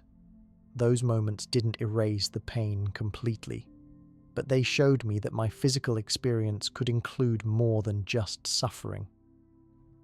Mindful movement practices also help address the isolation that often accompanies chronic pain. Group classes or practice communities provide social connection and support from others who understand the challenges of working with physical limitations. Many people find that practicing alongside others, even if everyone's capabilities differ, reduces the sense of being alone with pain. The accessibility of movement practices makes them particularly valuable. While seated meditation might be challenging for those with certain physical conditions, there are mindful movement options appropriate for almost everyone. Chair-based practices, water-based movements, or extremely gentle forms can accommodate various limitations while still providing the benefits of mind-body integration. For those new to mindful movement, starting small is essential. Even simple practices like mindfully washing dishes, taking a few conscious breaths while stretching, or paying full attention during a short walk can begin establishing the connection between awareness and physical activity. As comfort grows, practice can gradually expand to include more formal or extended movement meditation. Teachers with experience guiding those with pain or physical limitations emphasize the importance of a compassionate approach. Rather than pushing through pain or trying to achieve specific physical goals, mindful movement focuses on exploring sensation with friendly curiosity. This approach contrasts with many conventional exercise programs that emphasize no pain, no gain, potentially harmful messaging for those already dealing with pain conditions. The integration of mindful awareness with physical movement offers a holistic approach to transforming pain that honors the inseparability of body and mind. By engaging both dimensions simultaneously, these practices address suffering at multiple levels, creating conditions where genuine healing becomes possible. The mindful movement practices we've just explored help us work with our physical bodies during times of pain. But Buddhism also offers profound teachings that transform our understanding of the very nature of painful experiences. One of the most powerful of these teachings is the concept of emptiness, or sunyata in Sanskrit. While the term might sound negative or nihilistic to Western ears, it actually points to something quite liberating: the spacious, open nature of all experiences, including painful ones. Emptiness in Buddhism doesn't mean that things don't exist at all. Rather, it means that nothing exists in the solid, permanent, independent way we typically imagine. All phenomena, including our experiences of pain, are empty of inherent, separate existence. They arise dependently on countless causes and conditions, lack any solid core or essence, and are in constant flux. When applied to painful experiences, this understanding can create a profound shift in how we relate to suffering. Think about a time when you experienced physical or emotional pain. Most likely, the pain felt very solid and real, almost like a thing with clear boundaries and a fixed identity. My migraine or my grief seemed to have an independent existence, as if it was a separate entity that took up residence in your experience. This perception of pain as solid and separate naturally leads to certain reactions. We either try to push it away or fight against it, or we feel helpless and overwhelmed by its seemingly impenetrable presence. The insight of emptiness reveals a different perspective. When we look closely at any painful experience, whether it's a backache, anxiety, or grief, we discover that it isn't actually a solid thing. It's a fluid, changing process made up of various sensations, thoughts, and emotions that arise and pass from moment to moment. What we call pain is actually a label we place on this complex, changing flow of experience. A meditation teacher who works with chronic pain patients describes it this way. When people first come to meditation with chronic pain, they usually describe their pain as a solid block, my back pain or my fibromyalgia pain. Through mindfulness practice, they begin to see that what they've been calling pain is actually a constantly changing constellation of sensations, perhaps some heat here, pulsing there, pressure in another place, along with thoughts about the sensations and emotional reactions to them. As they recognize this more fluid nature, many find that the suffering component diminishes, even when the sensations themselves remain. This isn't just a mental trick or positive thinking. It's about directly perceiving the actual nature of experience rather than being caught in our conceptual overlay about it. When we see the empty, spacious nature of pain, its lack of solid, independent existence, we create room to relate to it differently. Instead of being a solid wall we crash against, pain becomes more like a flowing stream we can skillfully navigate. In Mahayana Buddhist traditions, practitioners often use analytical meditation to investigate the empty nature of difficult experiences. They might ask questions like, where exactly is this pain located? Does it have a precise boundary? Is it the same from moment to moment? Is it made of smaller components, or is it truly a single dot, unified thing? This careful investigation typically reveals that what seems solid and unitary is actually fluid, composite, dot, and changing. A classic example involves examining a painful sensation in meditation. If you have a pain in your knee, for instance, you might direct your attention to it and notice that what you labelled as knee pain actually includes varying sensations, perhaps some burning, some pressure, some throbbing, along with memories of similar pain in the past, anxiety about whether it will get worse, and thoughts about what it might mean for your activities. All these components arise and pass in consciousness, without any solid core that could be identified as the pain itself. The emptiness of pain doesn't mean that your experience isn't real or that it doesn't matter. The sensations are certainly happening, but they're happening in a way that's more open and less solid than our habitual perception suggests. This understanding creates space around the experience, space that allows for more ease, clarity, and choice in how we respond. One practitioner with chronic back pain described her experience with emptiness practice. I used to feel like my pain was this solid thing inside me that I had to either fight against or surrender to, through meditation.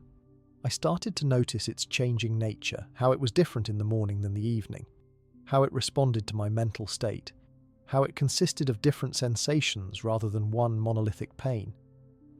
This didn't make it disappear, but it did transform my relationship to it. There was suddenly some space to breathe around it. The understanding of emptiness can be particularly helpful when dealing with emotional pain. Strong emotions like anger, fear, or grief often feel all-consuming, as if they've become our entire identity in the moment.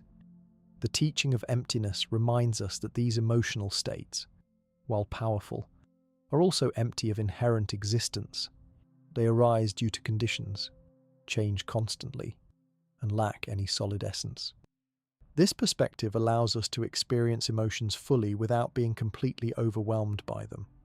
It's important to clarify that emptiness doesn't mean we should detach from our pain or try to transcend it through spiritual bypassing.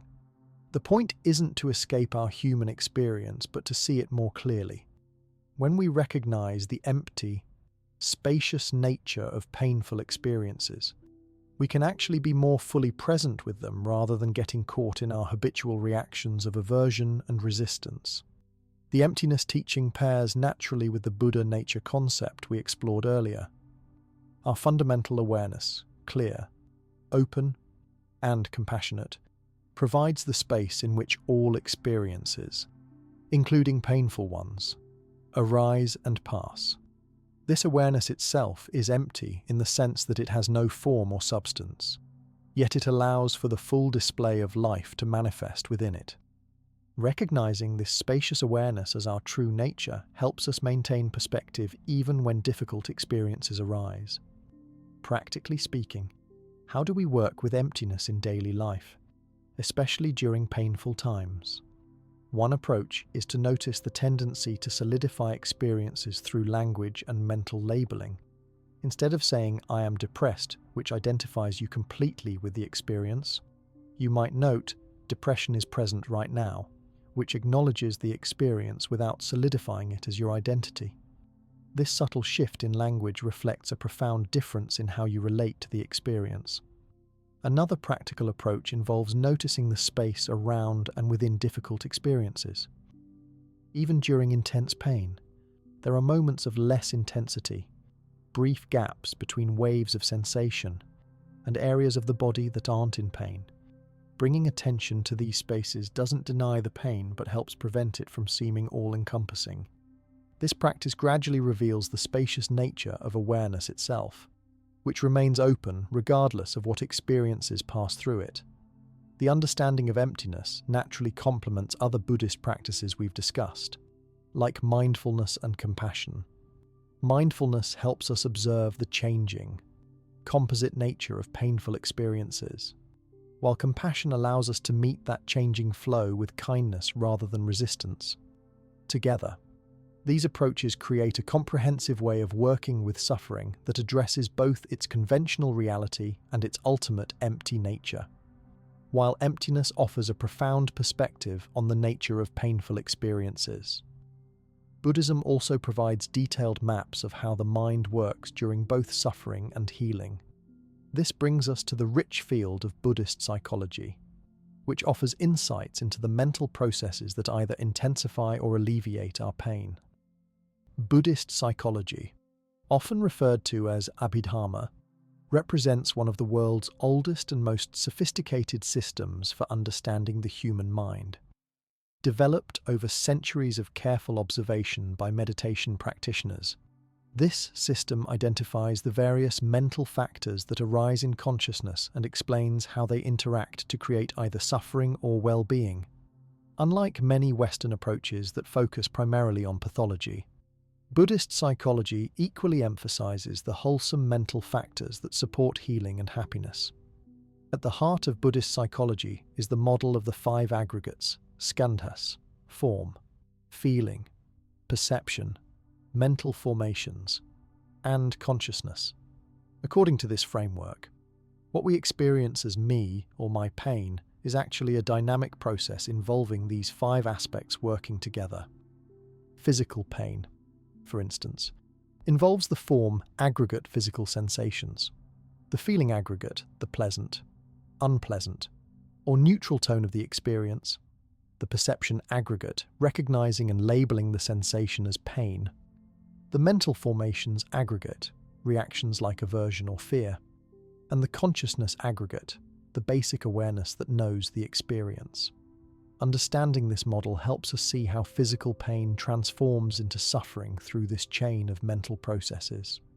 While the initial physical sensation might be unavoidable, our perceptions, reactions, and mental stories about the pain significantly influence our overall experience.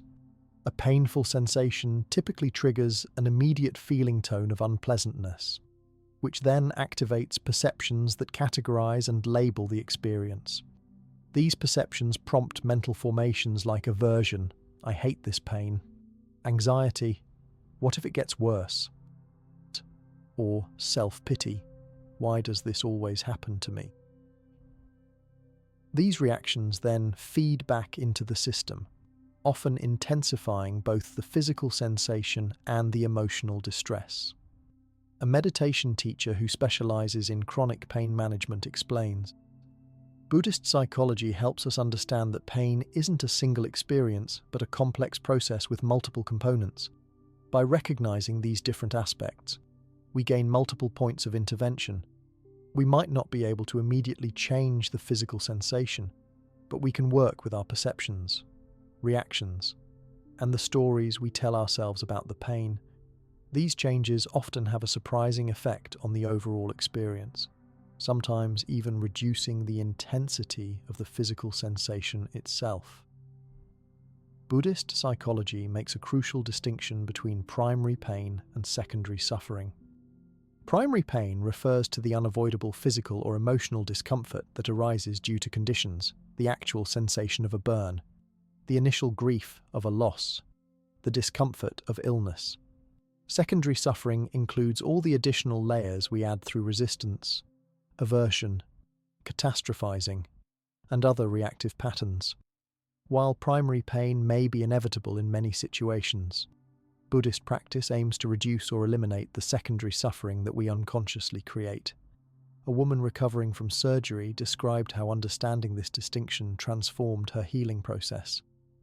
After the operation, I was in a lot of pain, which was understandable, but I noticed how my mind was adding so much extra suffering, worrying about whether I'd recover properly, feeling frustrated about my limitations, comparing my progress to others. When I learned to recognize these mental additions and let them go, I still had the surgical pain, but my overall suffering decreased dramatically. I could be with the physical sensations without the extra emotional distress. Another key concept in Buddhist psychology is the understanding of mental factors, katasikas, the specific mind states that arise in various combinations to color our experience. The Abhidharma identifies dozens of these factors, categorizing them as wholesome, unwholesome, or neutral. Unwholesome factors like greed, hatred, delusion, pride, and envy invariably create suffering when they arise. Wholesome factors like generosity, kindness, clarity, equanimity, and compassion naturally support well-being and healing. What makes this understanding so practical is recognizing that we can deliberately cultivate wholesome mental factors to counteract the unwholesome ones that intensify suffering. When pain triggers aversion, an unwholesome factor, we can deliberately bring in acceptance and compassion, wholesome factors. When illness activates fear, unwholesome, we can cultivate courage and equanimity, wholesome. This isn't about forcing positive thinking, but about skillfully working with the natural functioning of our minds. Buddhist psychology also explains how habitual tendencies, samskaras, develop and influence our experience of pain. Through repeated experiences and reactions, we create mental pathways that activate automatically in similar situations. Someone who has experienced chronic pain might develop habitual patterns of catastrophizing or helplessness that activate whenever a new pain arises.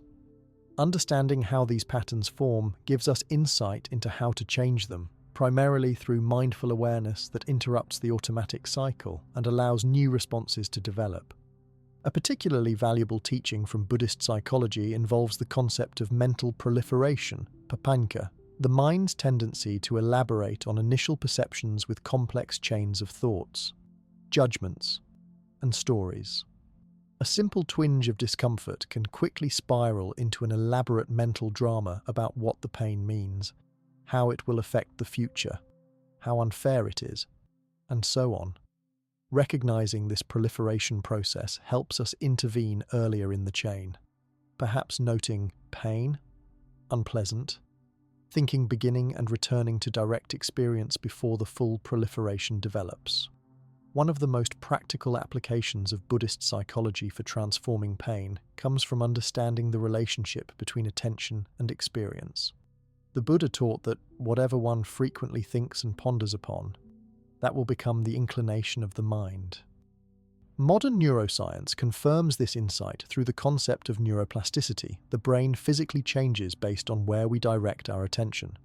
By consciously directing attention toward wholesome mental states and away from unhelpful proliferation, we gradually reshape our neural pathways and our experience of pain.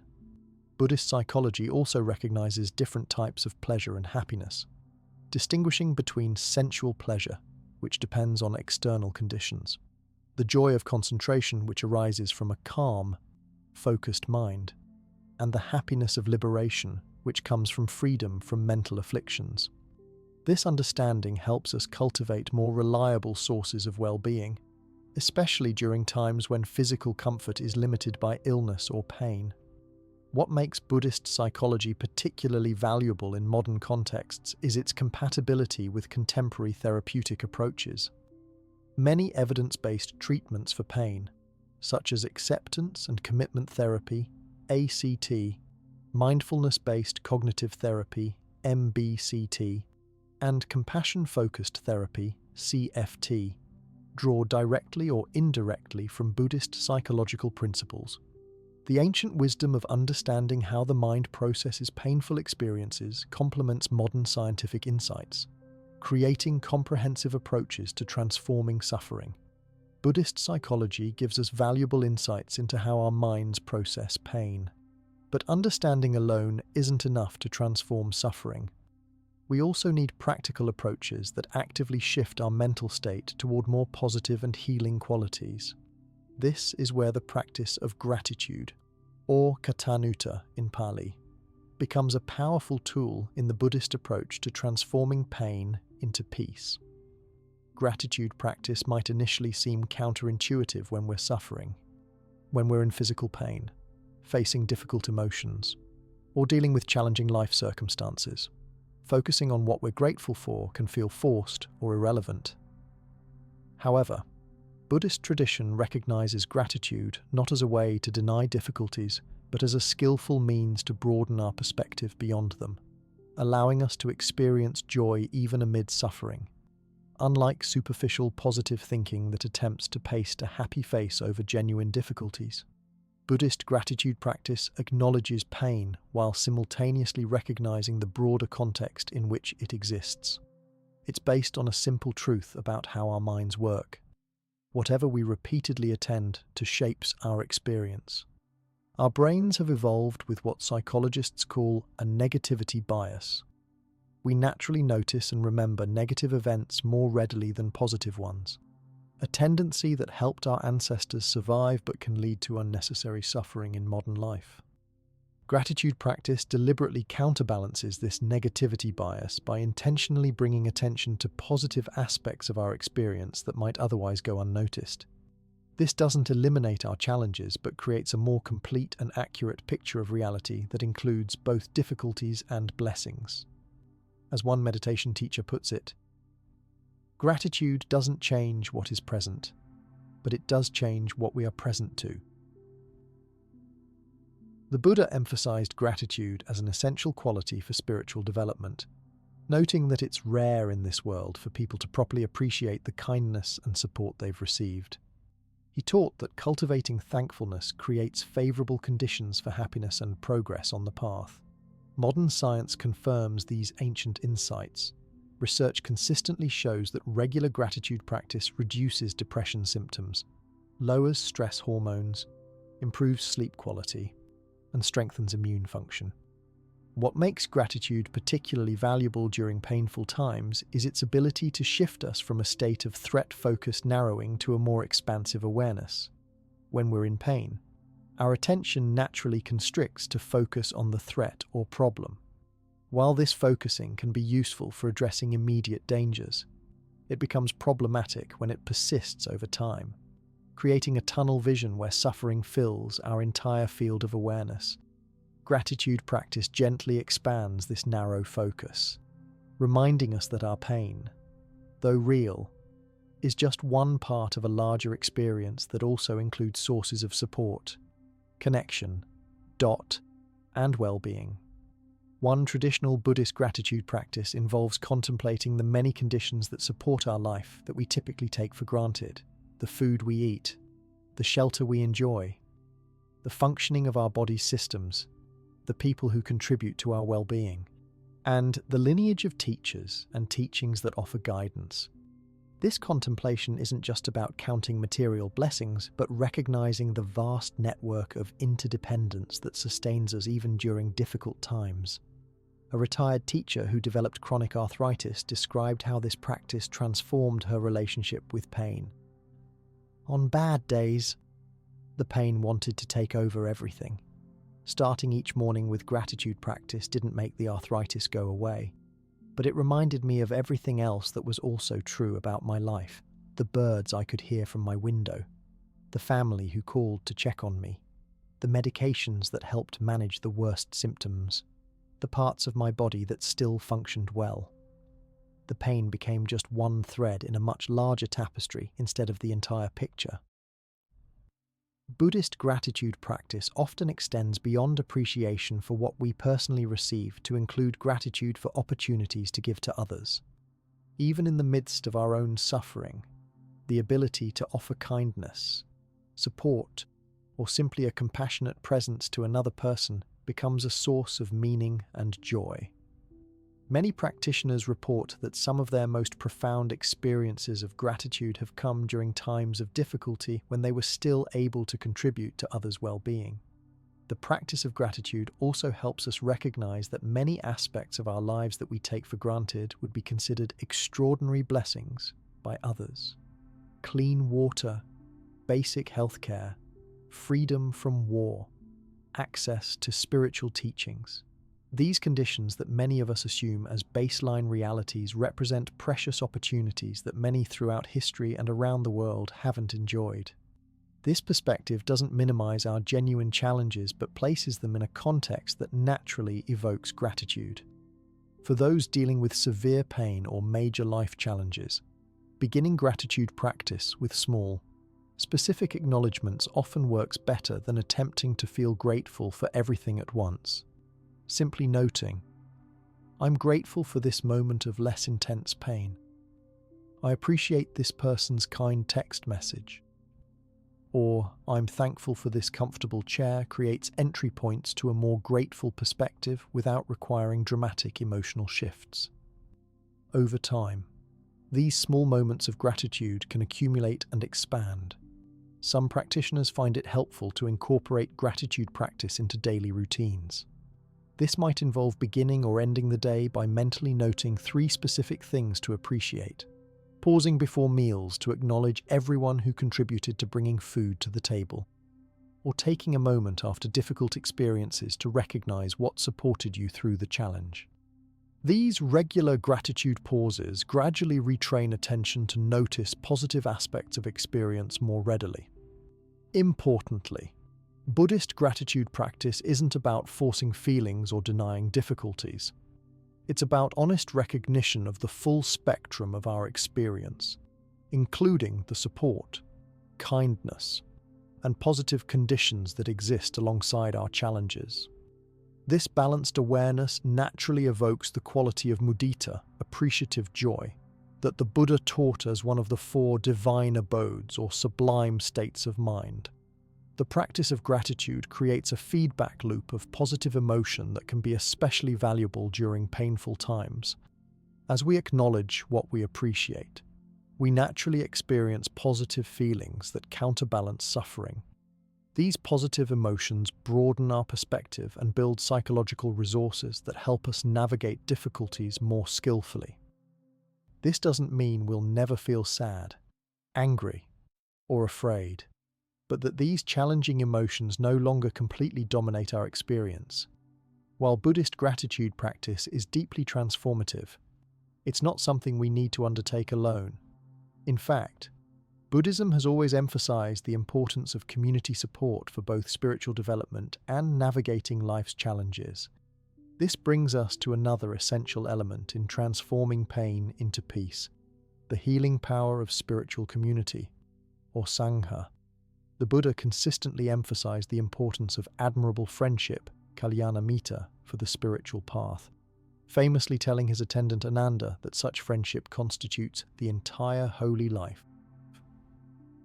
While modern Western cultures often emphasize individual effort and self-reliance, Buddhism has always recognized that we need supportive relationships to thrive, especially during difficult times. The Sangha, the community of practitioners, provides this essential support. When we're in pain, whether physical or emotional, one of the most challenging aspects is often the sense of isolation that accompanies suffering. We may feel that no one understands what we're going through or that we're alone with our difficulties. Even well-meaning friends and family members might struggle to relate to our experience or offer advice that doesn't actually help. This is where a community of spiritual practitioners can make a tremendous difference. Unlike casual social groups, a healthy Sangha shares common values, practices, and understanding about the nature of suffering and the path to its transformation. Within such a community, people can speak openly about their challenges without fear of judgment or unwanted advice. They can receive validation that their experiences, while difficult, are part of the shared human journey rather than personal failings or unique afflictions. A meditation teacher who recovered from severe depression described the critical role Sangha played in his healing. During the darkest times, just being in the presence of others who understood the path made a difference. Even when I couldn't practice effectively on my own, sitting in meditation with the group kept me connected to the possibility of healing.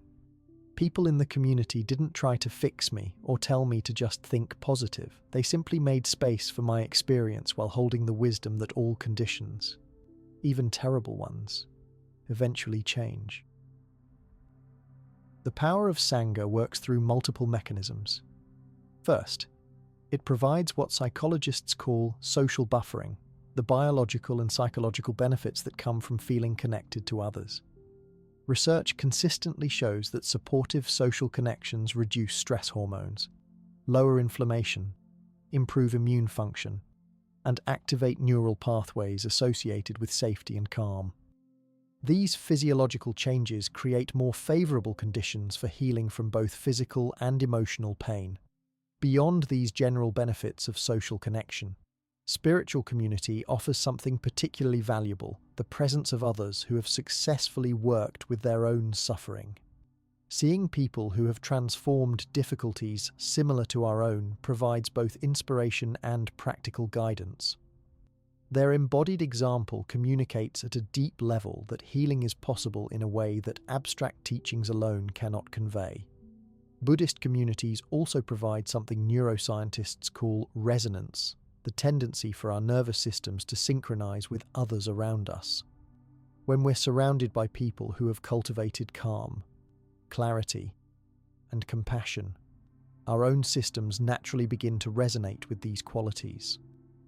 This is why simply being in the presence of experienced practitioners or a harmonious community can sometimes shift our state more effectively than solo practice, especially when we're struggling.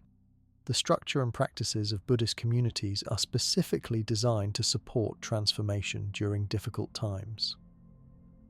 Regular gathering for meditation creates protected time and space for healing practices that we might neglect when left to our own devices. Dharma discussions offer perspective and wisdom that can help us see our personal struggles in a larger context. Rituals and ceremonies connect us to something beyond our individual concerns, providing comfort and meaning during painful transitions. Many Buddhist communities also organize practical support for members facing health challenges, loss, or other difficulties, providing meals, transportation, companionship during hospital stays, or help with daily tasks. This concrete care addresses real needs while also embodying the Buddhist understanding that spiritual practice includes how we treat each other, not just formal meditation or study. Receiving such support helps counteract the isolation that often accompanies suffering and allows people to focus more energy on healing. For those dealing with chronic conditions or ongoing challenges, Sangha offers another crucial benefit: the opportunity to contribute to others even while receiving support. Unlike medical or therapeutic relationships where the person in pain is always in the patient role, spiritual community allows for mutual giving and receiving. Even someone with significant limitations can offer their presence, insights, or simple acts of kindness to others, maintaining dignity and purpose that support healing at the deepest level. Modern research confirms what Buddhist tradition has long recognized, that giving to others activates reward centers in the brain, reduces focus on personal distress, and creates meaning that helps sustain us through difficult times.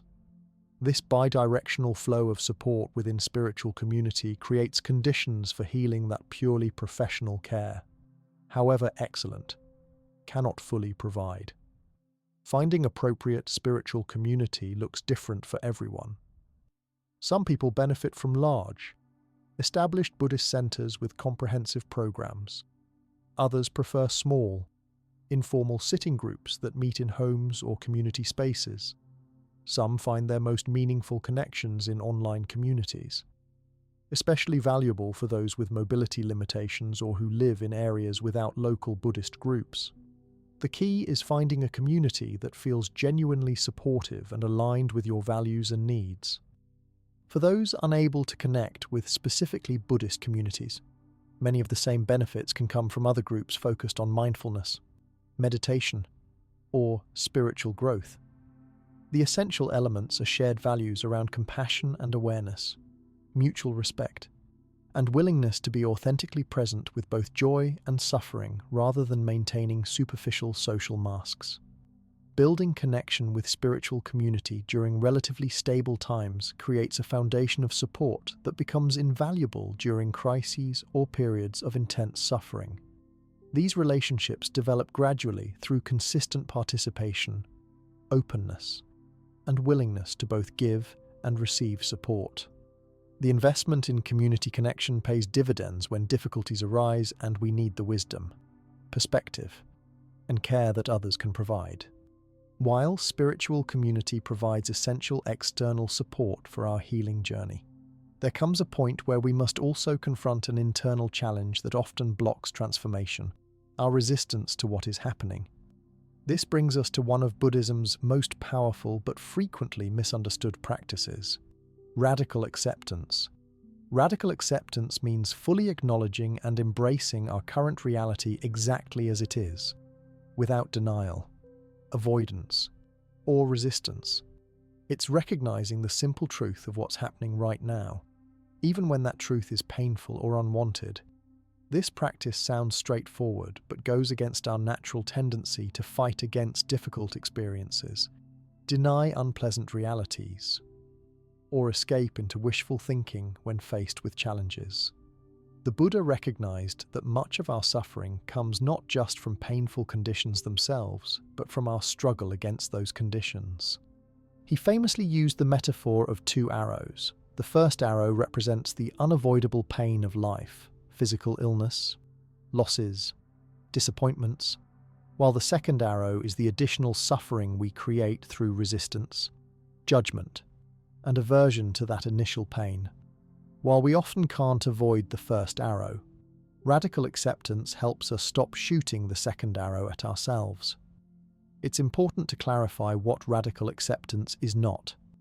It's not resignation, giving up, or passive submission to harmful situations. It's not approving of injustice or deciding that painful circumstances are okay. It's not denying your feelings or pretending to be fine when you're not.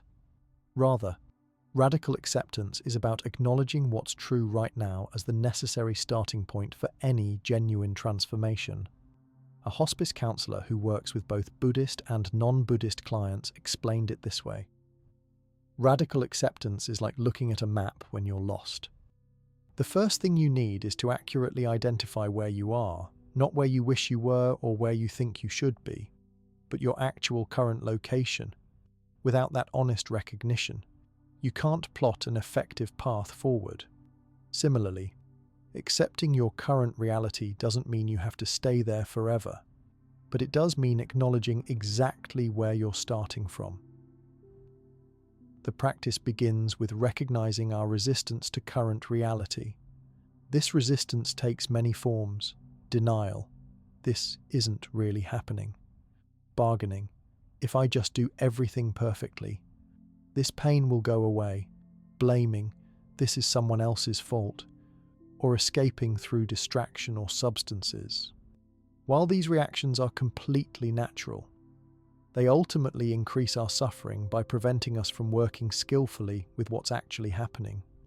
Physical pain offers a clear example of how resistance creates additional suffering. When we experience bodily discomfort, we naturally tense against it, mentally fight it, or become anxious about it continuing. This physical and mental resistance actually amplifies the pain signal and creates a secondary layer of distress.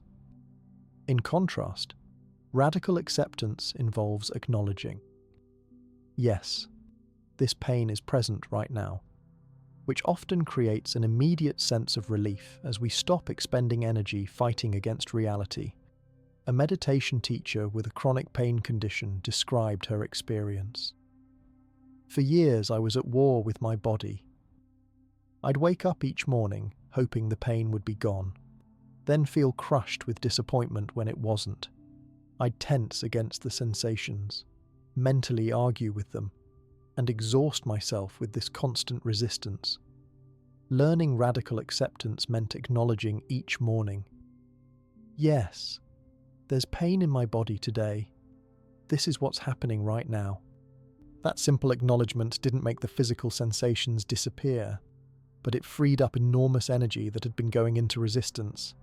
I could then use that energy for things that actually helped: gentle movement, mindfulness practice, and meaningful activities despite the pain. Emotional suffering follows a similar pattern.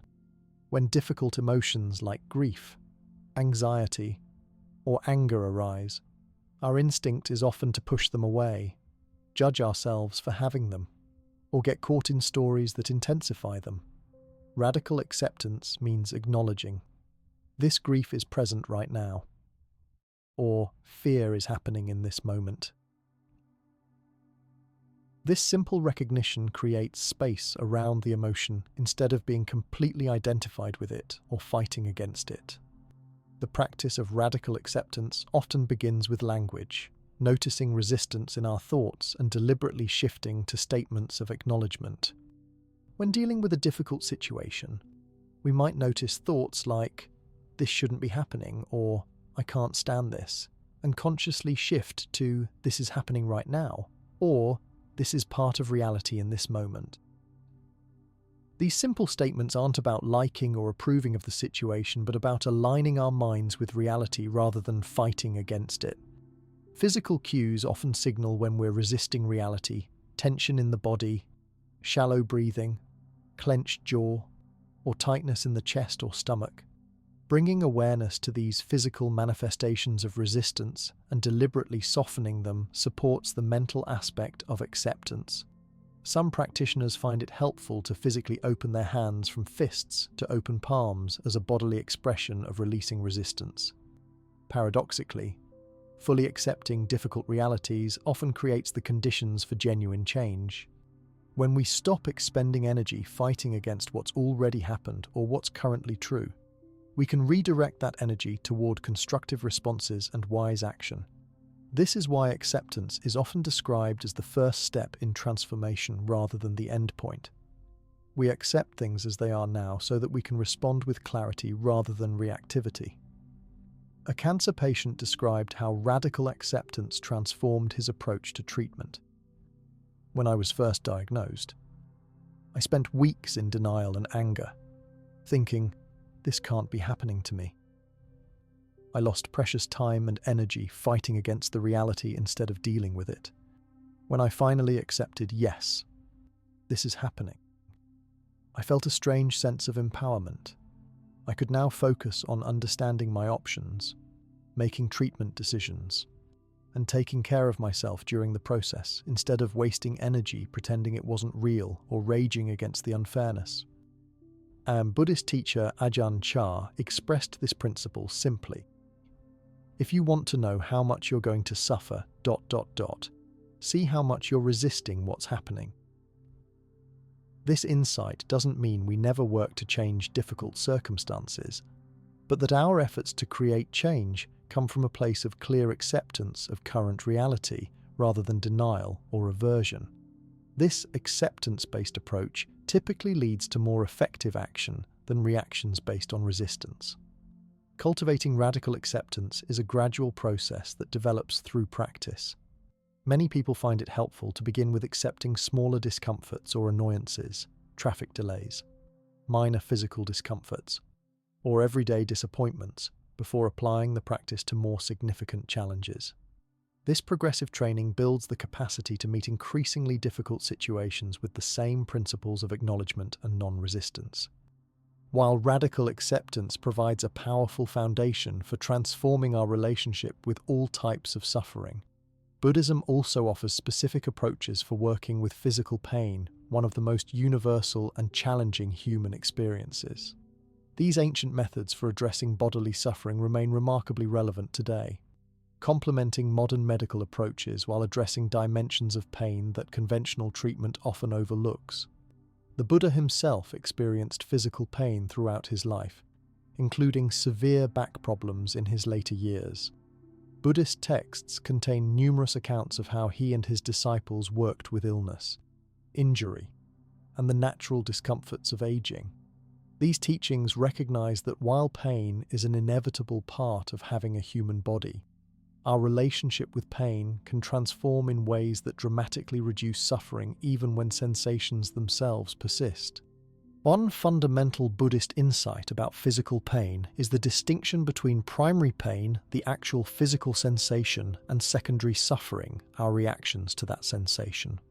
While primary pain may be unavoidable in many situations, Buddhism offers specific practices for minimizing the secondary suffering that often becomes more burdensome than the original sensation. A basic approach involves precisely locating and defining physical pain rather than experiencing it as a vague, overwhelming presence. When pain arises, practitioners are encouraged to notice exactly where it's located, what its boundaries are, and what specific qualities it has: sharp, dull, burning, throbbing, etc. This detailed observation often reveals that what we call pain is actually a changing flow of sensations rather than a solid, fixed entity. Many people discover that simply observing pain with this kind of precise attention changes their experience, sometimes reducing intensity and often creating a different relationship with the sensations. A meditation teacher who works with chronic pain patients described a common experience. When people first come to pain meditation classes, they typically describe their pain in very general terms. "My back is killing me," or "I hurt all over." Through practice, they learn to be more precise. "There's a sharp sensation in the lower right side of my back, and it's about the size of my palm." Or, "There's throbbing in my knee that comes and goes in waves." This precision doesn't necessarily eliminate the pain, but it makes it more manageable by transforming it from an overwhelming, solid thing into a more fluid, defined experience. Buddhist traditions also emphasize working with the breath to address physical discomfort. Various techniques involve breathing into painful areas, visualizing the breath as flowing through and around sites of pain, or using the breath as an anchor of awareness when pain becomes intense. These approaches utilize the intimate connection between breath, nervous system, and pain perception. Slow, deep breathing activates the parasympathetic nervous system, which naturally reduces muscle tension and often decreases pain intensity. Additionally, focusing on the breath provides an alternative object of attention that prevents pain from dominating awareness completely. Many Buddhist lineages have developed specific visualization practices for working with physical pain. In Tibetan traditions, practitioners might visualize pain as dark smoke leaving the body with each exhalation, or imagine healing light or nectar flowing into painful areas. In other traditions, pain might be visualized as an external object that can be observed with some distance rather than something that defines one's entire being. These visualization approaches aren't mere fantasy, they work with the brain's remarkable ability to modify pain perception through directed imagination and attention. Mantras and chanting provide another traditional method for working with physical discomfort. Repeating sacred sounds or phrases creates several beneficial effects. It gives the mind a focus other than the pain, produces regular breathing patterns that calm the nervous system, and often creates vibrations in the body that can change pain perception. Many practitioners report that rhythmic chanting helps them maintain equanimity during intense pain episodes that might otherwise feel overwhelming. Buddhist approaches to physical pain also address the mental patterns that often amplify suffering.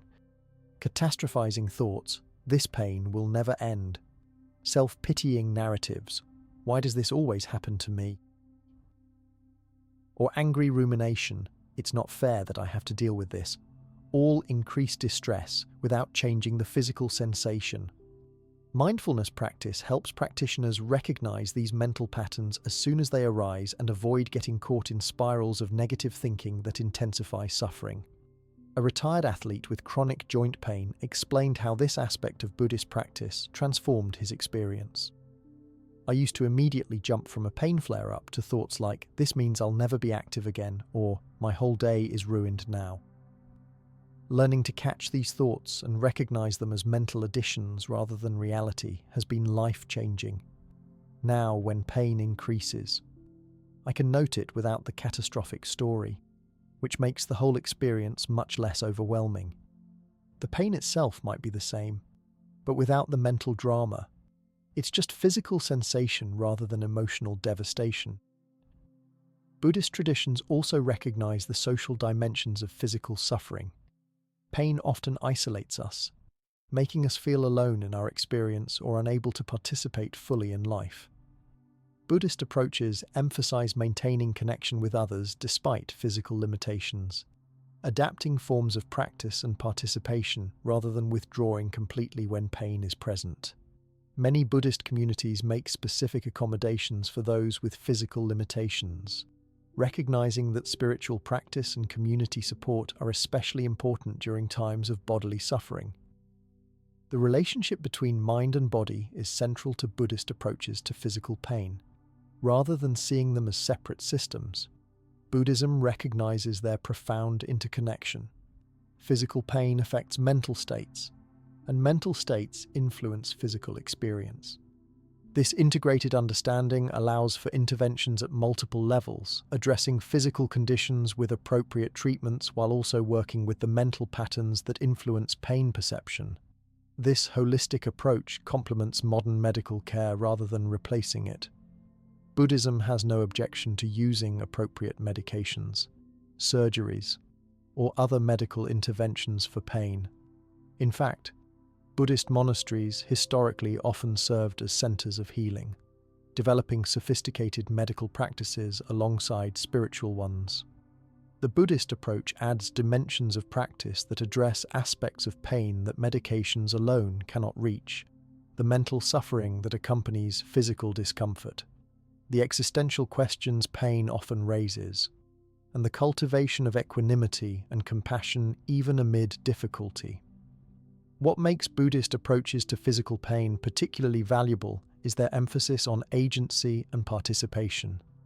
While conventional medical treatment sometimes positions the patient as a passive recipient of expert intervention, Buddhist practices engage the person actively in their own healing process.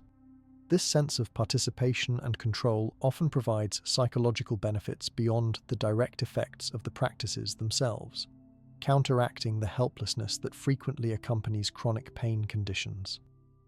While Buddhist approaches for physical pain provide essential tools for working with bodily discomfort, many of us find that emotional pain can be even more challenging to navigate. Among the most difficult emotional states are anger and resentment, powerful feelings that can cause tremendous suffering both for ourselves and others. Buddhism offers specific antidotes for these intense emotions, transforming them from sources of pain into opportunities for deeper understanding and peace. Anger holds a unique position in Buddhist psychology. Unlike some spiritual traditions that view anger as a potentially righteous force, Buddhism identifies it as one of the three primary poisons or afflictive emotions, along with greed and delusion, that create suffering. This doesn't mean anger is morally wrong or that you should feel guilty for experiencing it. Rather, Buddhism recognizes that anger's nature tends to cloud judgment, create internal distress, and lead to harmful actions that often make situations worse rather than better. Most of us have experienced how anger feels in the body: the increased heart rate, muscle tension, heat, and surge of energy. These physiological responses evolved to prepare us for fighting threats, but in contemporary life, they often create problems rather than solutions. Chronic anger has been linked to heart disease, weakened immune function, digestive problems, and increased pain sensitivity. From a Buddhist perspective, the harm anger does to the person experiencing it is reason enough to work skillfully with this emotion, regardless of the external situation that triggered it. One of the most powerful Buddhist approaches to working with anger begins with simply recognizing it as soon as it arises. This mindful recognition interrupts the automatic process where anger quickly escalates and takes over our thinking. By noting anger is present or feeling anger now, we create a small but crucial space between the emotion and our identification with it.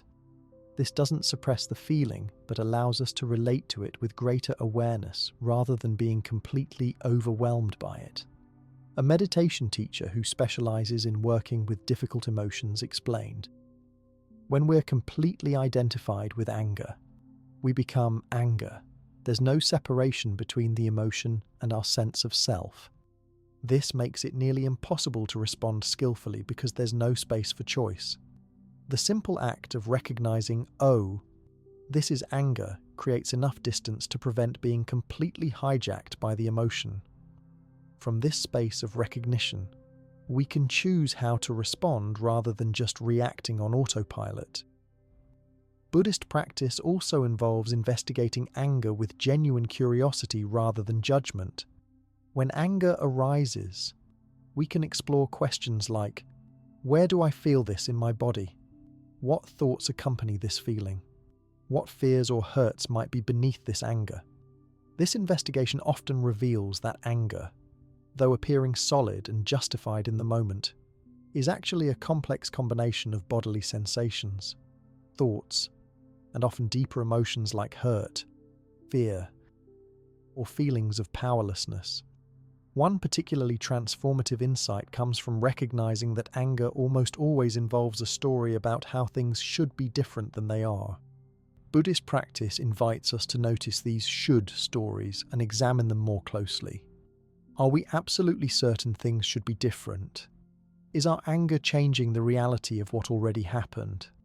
This doesn't mean we can't work toward positive change, but that holding on to rigid demands about how things must be creates suffering without necessarily improving the situation. Many Buddhist traditions offer specific antidotes for different aspects of anger. When anger arises from irritation with others' behavior, practices that cultivate patience help us develop greater tolerance for the inevitable frustrations of human interaction. When anger stems from feeling hurt or disrespected, Compassion practices help us address the underlying pain with kindness rather than reactive hostility. When anger involves hatred or prejudice, meditations on our fundamental interconnection and shared humanity help dissolve the artificial boundaries that fuel these divisive emotions. The practice of Tonglen, sending and taking from the Tibetan tradition, provides a particularly powerful method for transforming anger and resentment. In this meditation, we visualize breathing in the suffering that underlies angry feelings, both our own and others, and breathing out relief, understanding, and compassion. Rather than pushing away difficult emotions or the people we're angry with, we move toward the core suffering with the intention to transform it. This radical approach often reveals the shared humanity beneath conflicts, showing how both we and those we're angry with are caught in patterns of reactivity and pain. A business executive who incorporated this practice into his work life shared, "I used to get intensely angry with certain colleagues, seeing them as obstacles or opponents. Through Tonglen practice, I started recognizing the stress, fear, and pressure behind their difficult behavior, the same feelings I often experience myself. This didn't mean I suddenly approved of everything they did, but I could respond from understanding rather than reactive anger. This not only reduced my own stress, but actually led to better working relationships and more effective collaboration." Forgiveness practices offer another Buddhist approach for addressing anger and resentment, particularly when dealing with past hurts that we keep revisiting. Buddhist forgiveness isn't about forgetting harmful actions or pretending they didn't matter. It's about recognizing that holding on to resentment primarily harms ourselves while doing nothing to change what already happened. Forgiveness is ultimately an act of freeing our own hearts from the burden of carrying hatred and bitterness. The process often begins with acknowledging the full impact of what happened and the legitimate pain it caused, rather than minimizing it. From that honest recognition, we can begin to consider the complex causes and conditions that led to the harmful behavior, not to excuse it, but to understand it within the context of human confusion and limited awareness. We then consciously choose to release the grip of resentment, not for the other person's benefit, but for our own well-being and peace of mind. A woman who survived childhood abuse described her experience with forgiveness practice. "For decades, I carried intense anger toward my abuser. That anger protected me in some ways, but it also kept me trapped in the identity of a victim and prevented me from fully engaging with my present life. Buddhist forgiveness practice didn't make what happened okay, it was never okay, but it helped me see how continuing to feed the resentment was keeping me chained to the past. Gradually releasing that resentment didn't benefit my abuser at all, but it liberated me to live more fully in the present." Research in psychology confirms what Buddhist practitioners have long observed, that chronic anger and resentment create significant harmful effects on physical and mental health, while forgiveness practices are associated with reduced stress, improved cardiovascular health, better sleep, and improved relationships. One study found that people who practiced forgiveness regularly showed measurable changes in heart rate variability and cortisol levels, indicating better stress regulation. For those dealing with justifiable anger about ongoing injustice or harm, Buddhist practice offers yet another perspective, distinguishing between the emotion of anger and the clear seeing of what needs to change. We can recognize harmful actions or systems that need transformation without generating hatred toward individuals involved. This approach of fierce compassion maintains the energy and commitment to work for change while avoiding the burning coal of hatred that harms the person holding it. What makes the Buddhist approach to anger particularly effective is that it addresses this difficult emotion at multiple levels simultaneously, providing techniques for immediate regulation of angry feelings, methods for investigating and understanding anger's roots, and practices that cultivate the positive qualities that serve as natural antidotes to reactive hostility. This comprehensive approach transforms our relationship with anger over time, allowing us to respond to difficulties with clarity and compassion rather than harmful reactivity. The Buddhist work with anger and other difficult emotions prepares us for an even more profound transformation, facing our relationship with mortality itself. Death awareness, or Maranasati in Pali, might initially seem like a morbid or depressing practice. However, it's actually one of Buddhism's most powerful tools for awakening appreciation, clarifying priorities, and finding genuine peace that doesn't depend on denying life's most fundamental reality. The Buddha frequently encouraged his disciples to contemplate the truth that all beings will die, that our lives are impermanent and precious. Far from being pessimistic, this contemplation was meant to cut through our habitual complacency and awaken us to the preciousness of each moment. The Buddha taught that regular reflection on death helps us live with greater awareness and purpose, free from the delusion that we have unlimited time to awaken to what truly matters. In one discourse, the Buddha advised, of all mindfulness meditations, that on death is supreme. This wasn't because he was morbidly fixated on mortality, but because he recognized that confronting this fundamental truth has unparalleled power to transform our perspective and motivate spiritual practice. When we truly recognize that our time is limited, many of our petty concerns and conflicts naturally fall away, and we become more focused on living meaningfully and kindly during the time we have. Traditional Buddhist death contemplation includes regularly reflecting on phrases such as, "Death is certain. The time of death is uncertain. What is the most important thing right now?" This simple reflection shifts our awareness from being caught up in trivial concerns to recognizing what truly matters in our limited time.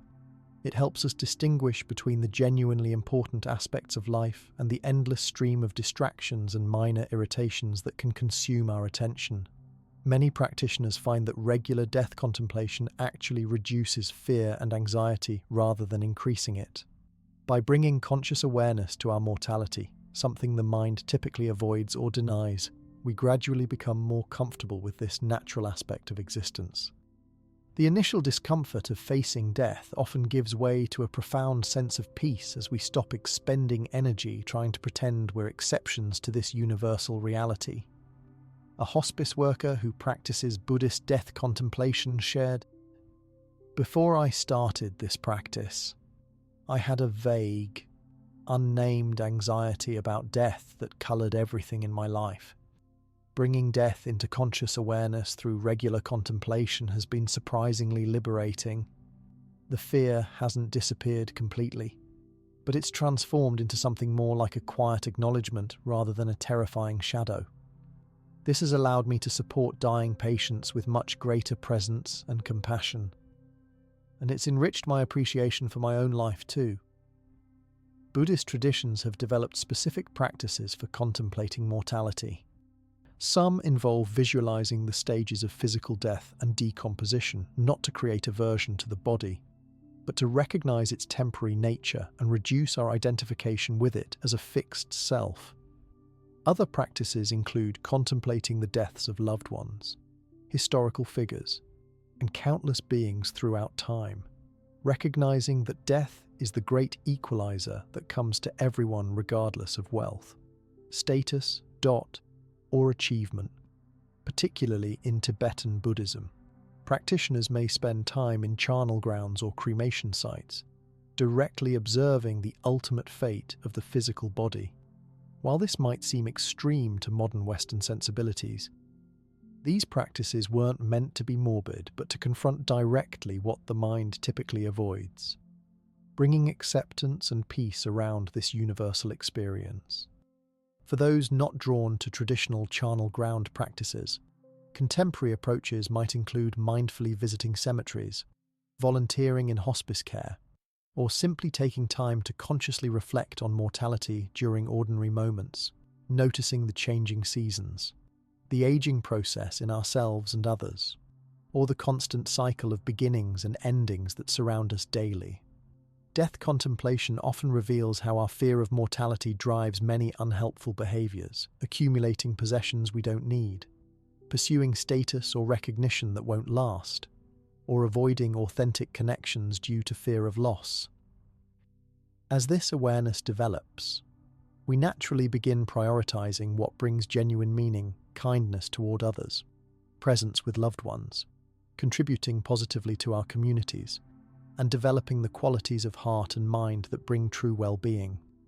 A businessman who incorporated death awareness into his daily meditation shared how it transformed his approach to work. I used to be completely driven by achievement and acquisition, the next promotion, a bigger house, more impressive vacations. Regular death contemplation helped me see how empty much of that striving was. I still work diligently, but my focus has shifted to creating a positive impact, mentoring younger colleagues, and maintaining integrity in all my dealings. Knowing that I'll die has made me much more interested in how I live and the legacy of kindness I leave rather than the possessions I accumulate. Beyond its effects on our priorities and values, death awareness practice directly addresses the suffering that comes from resistance to life's impermanent nature. Much of our pain comes from fighting against the reality of change and loss. By gradually coming to terms with the most profound change, our own mortality, we develop the capacity to meet all of life's lesser changes and losses with greater equanimity and grace. This doesn't mean we won't feel grief when facing losses or that awareness of death makes us emotionally detached. Rather, death contemplation helps us engage more fully with life precisely because we recognize its preciousness and transience. Many practitioners report feeling more emotionally present and appreciative after incorporating death awareness into their practice, better able to fully experience both joy and sorrow without resistance. The Buddhist approach to death also extends beyond contemplating our own mortality to developing skills for facing the dying process consciously when it arrives. Various traditions offer practices for maintaining awareness during dying, recognizing the stages of dissolution of the elements, and navigating the experiences that arise as consciousness separates from the physical body. These practices are based on the understanding that how we die matters, that maintaining awareness and equanimity during this transition can be the culmination of a lifetime of practice. For many practitioners, death awareness becomes not a depressing fixation, but a doorway to profound peace. By facing directly what we most fear, we discover that beyond the fear lies a spacious acceptance that can hold all of life's experiences. As one meditation master expressed it, when you accept your own mortality completely, you find the deathless not as an escape from life, but as the ground of being that holds both life and death in a compassionate embrace. What makes the Buddhist approach to death so transformative is that it directly confronts our deepest fears rather than avoiding them. Instead of distracting ourselves from mortality through endless activity or numbing through various forms of escapism, Buddhist practice invites us to look directly at the reality of impermanence and find freedom within that clear seeing.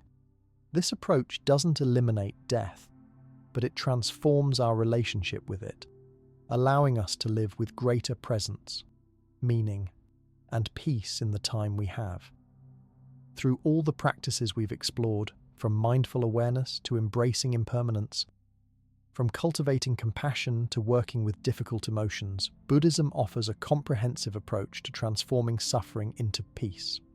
These ancient teachings remain remarkably relevant in our modern world, addressing the universal human experiences of pain, loss, and change with practical wisdom that has stood the test of time. By applying these teachings in our daily lives, we discover that peace isn't found by escaping our human experience, but by engaging with it more fully, with greater awareness, compassion, and wisdom.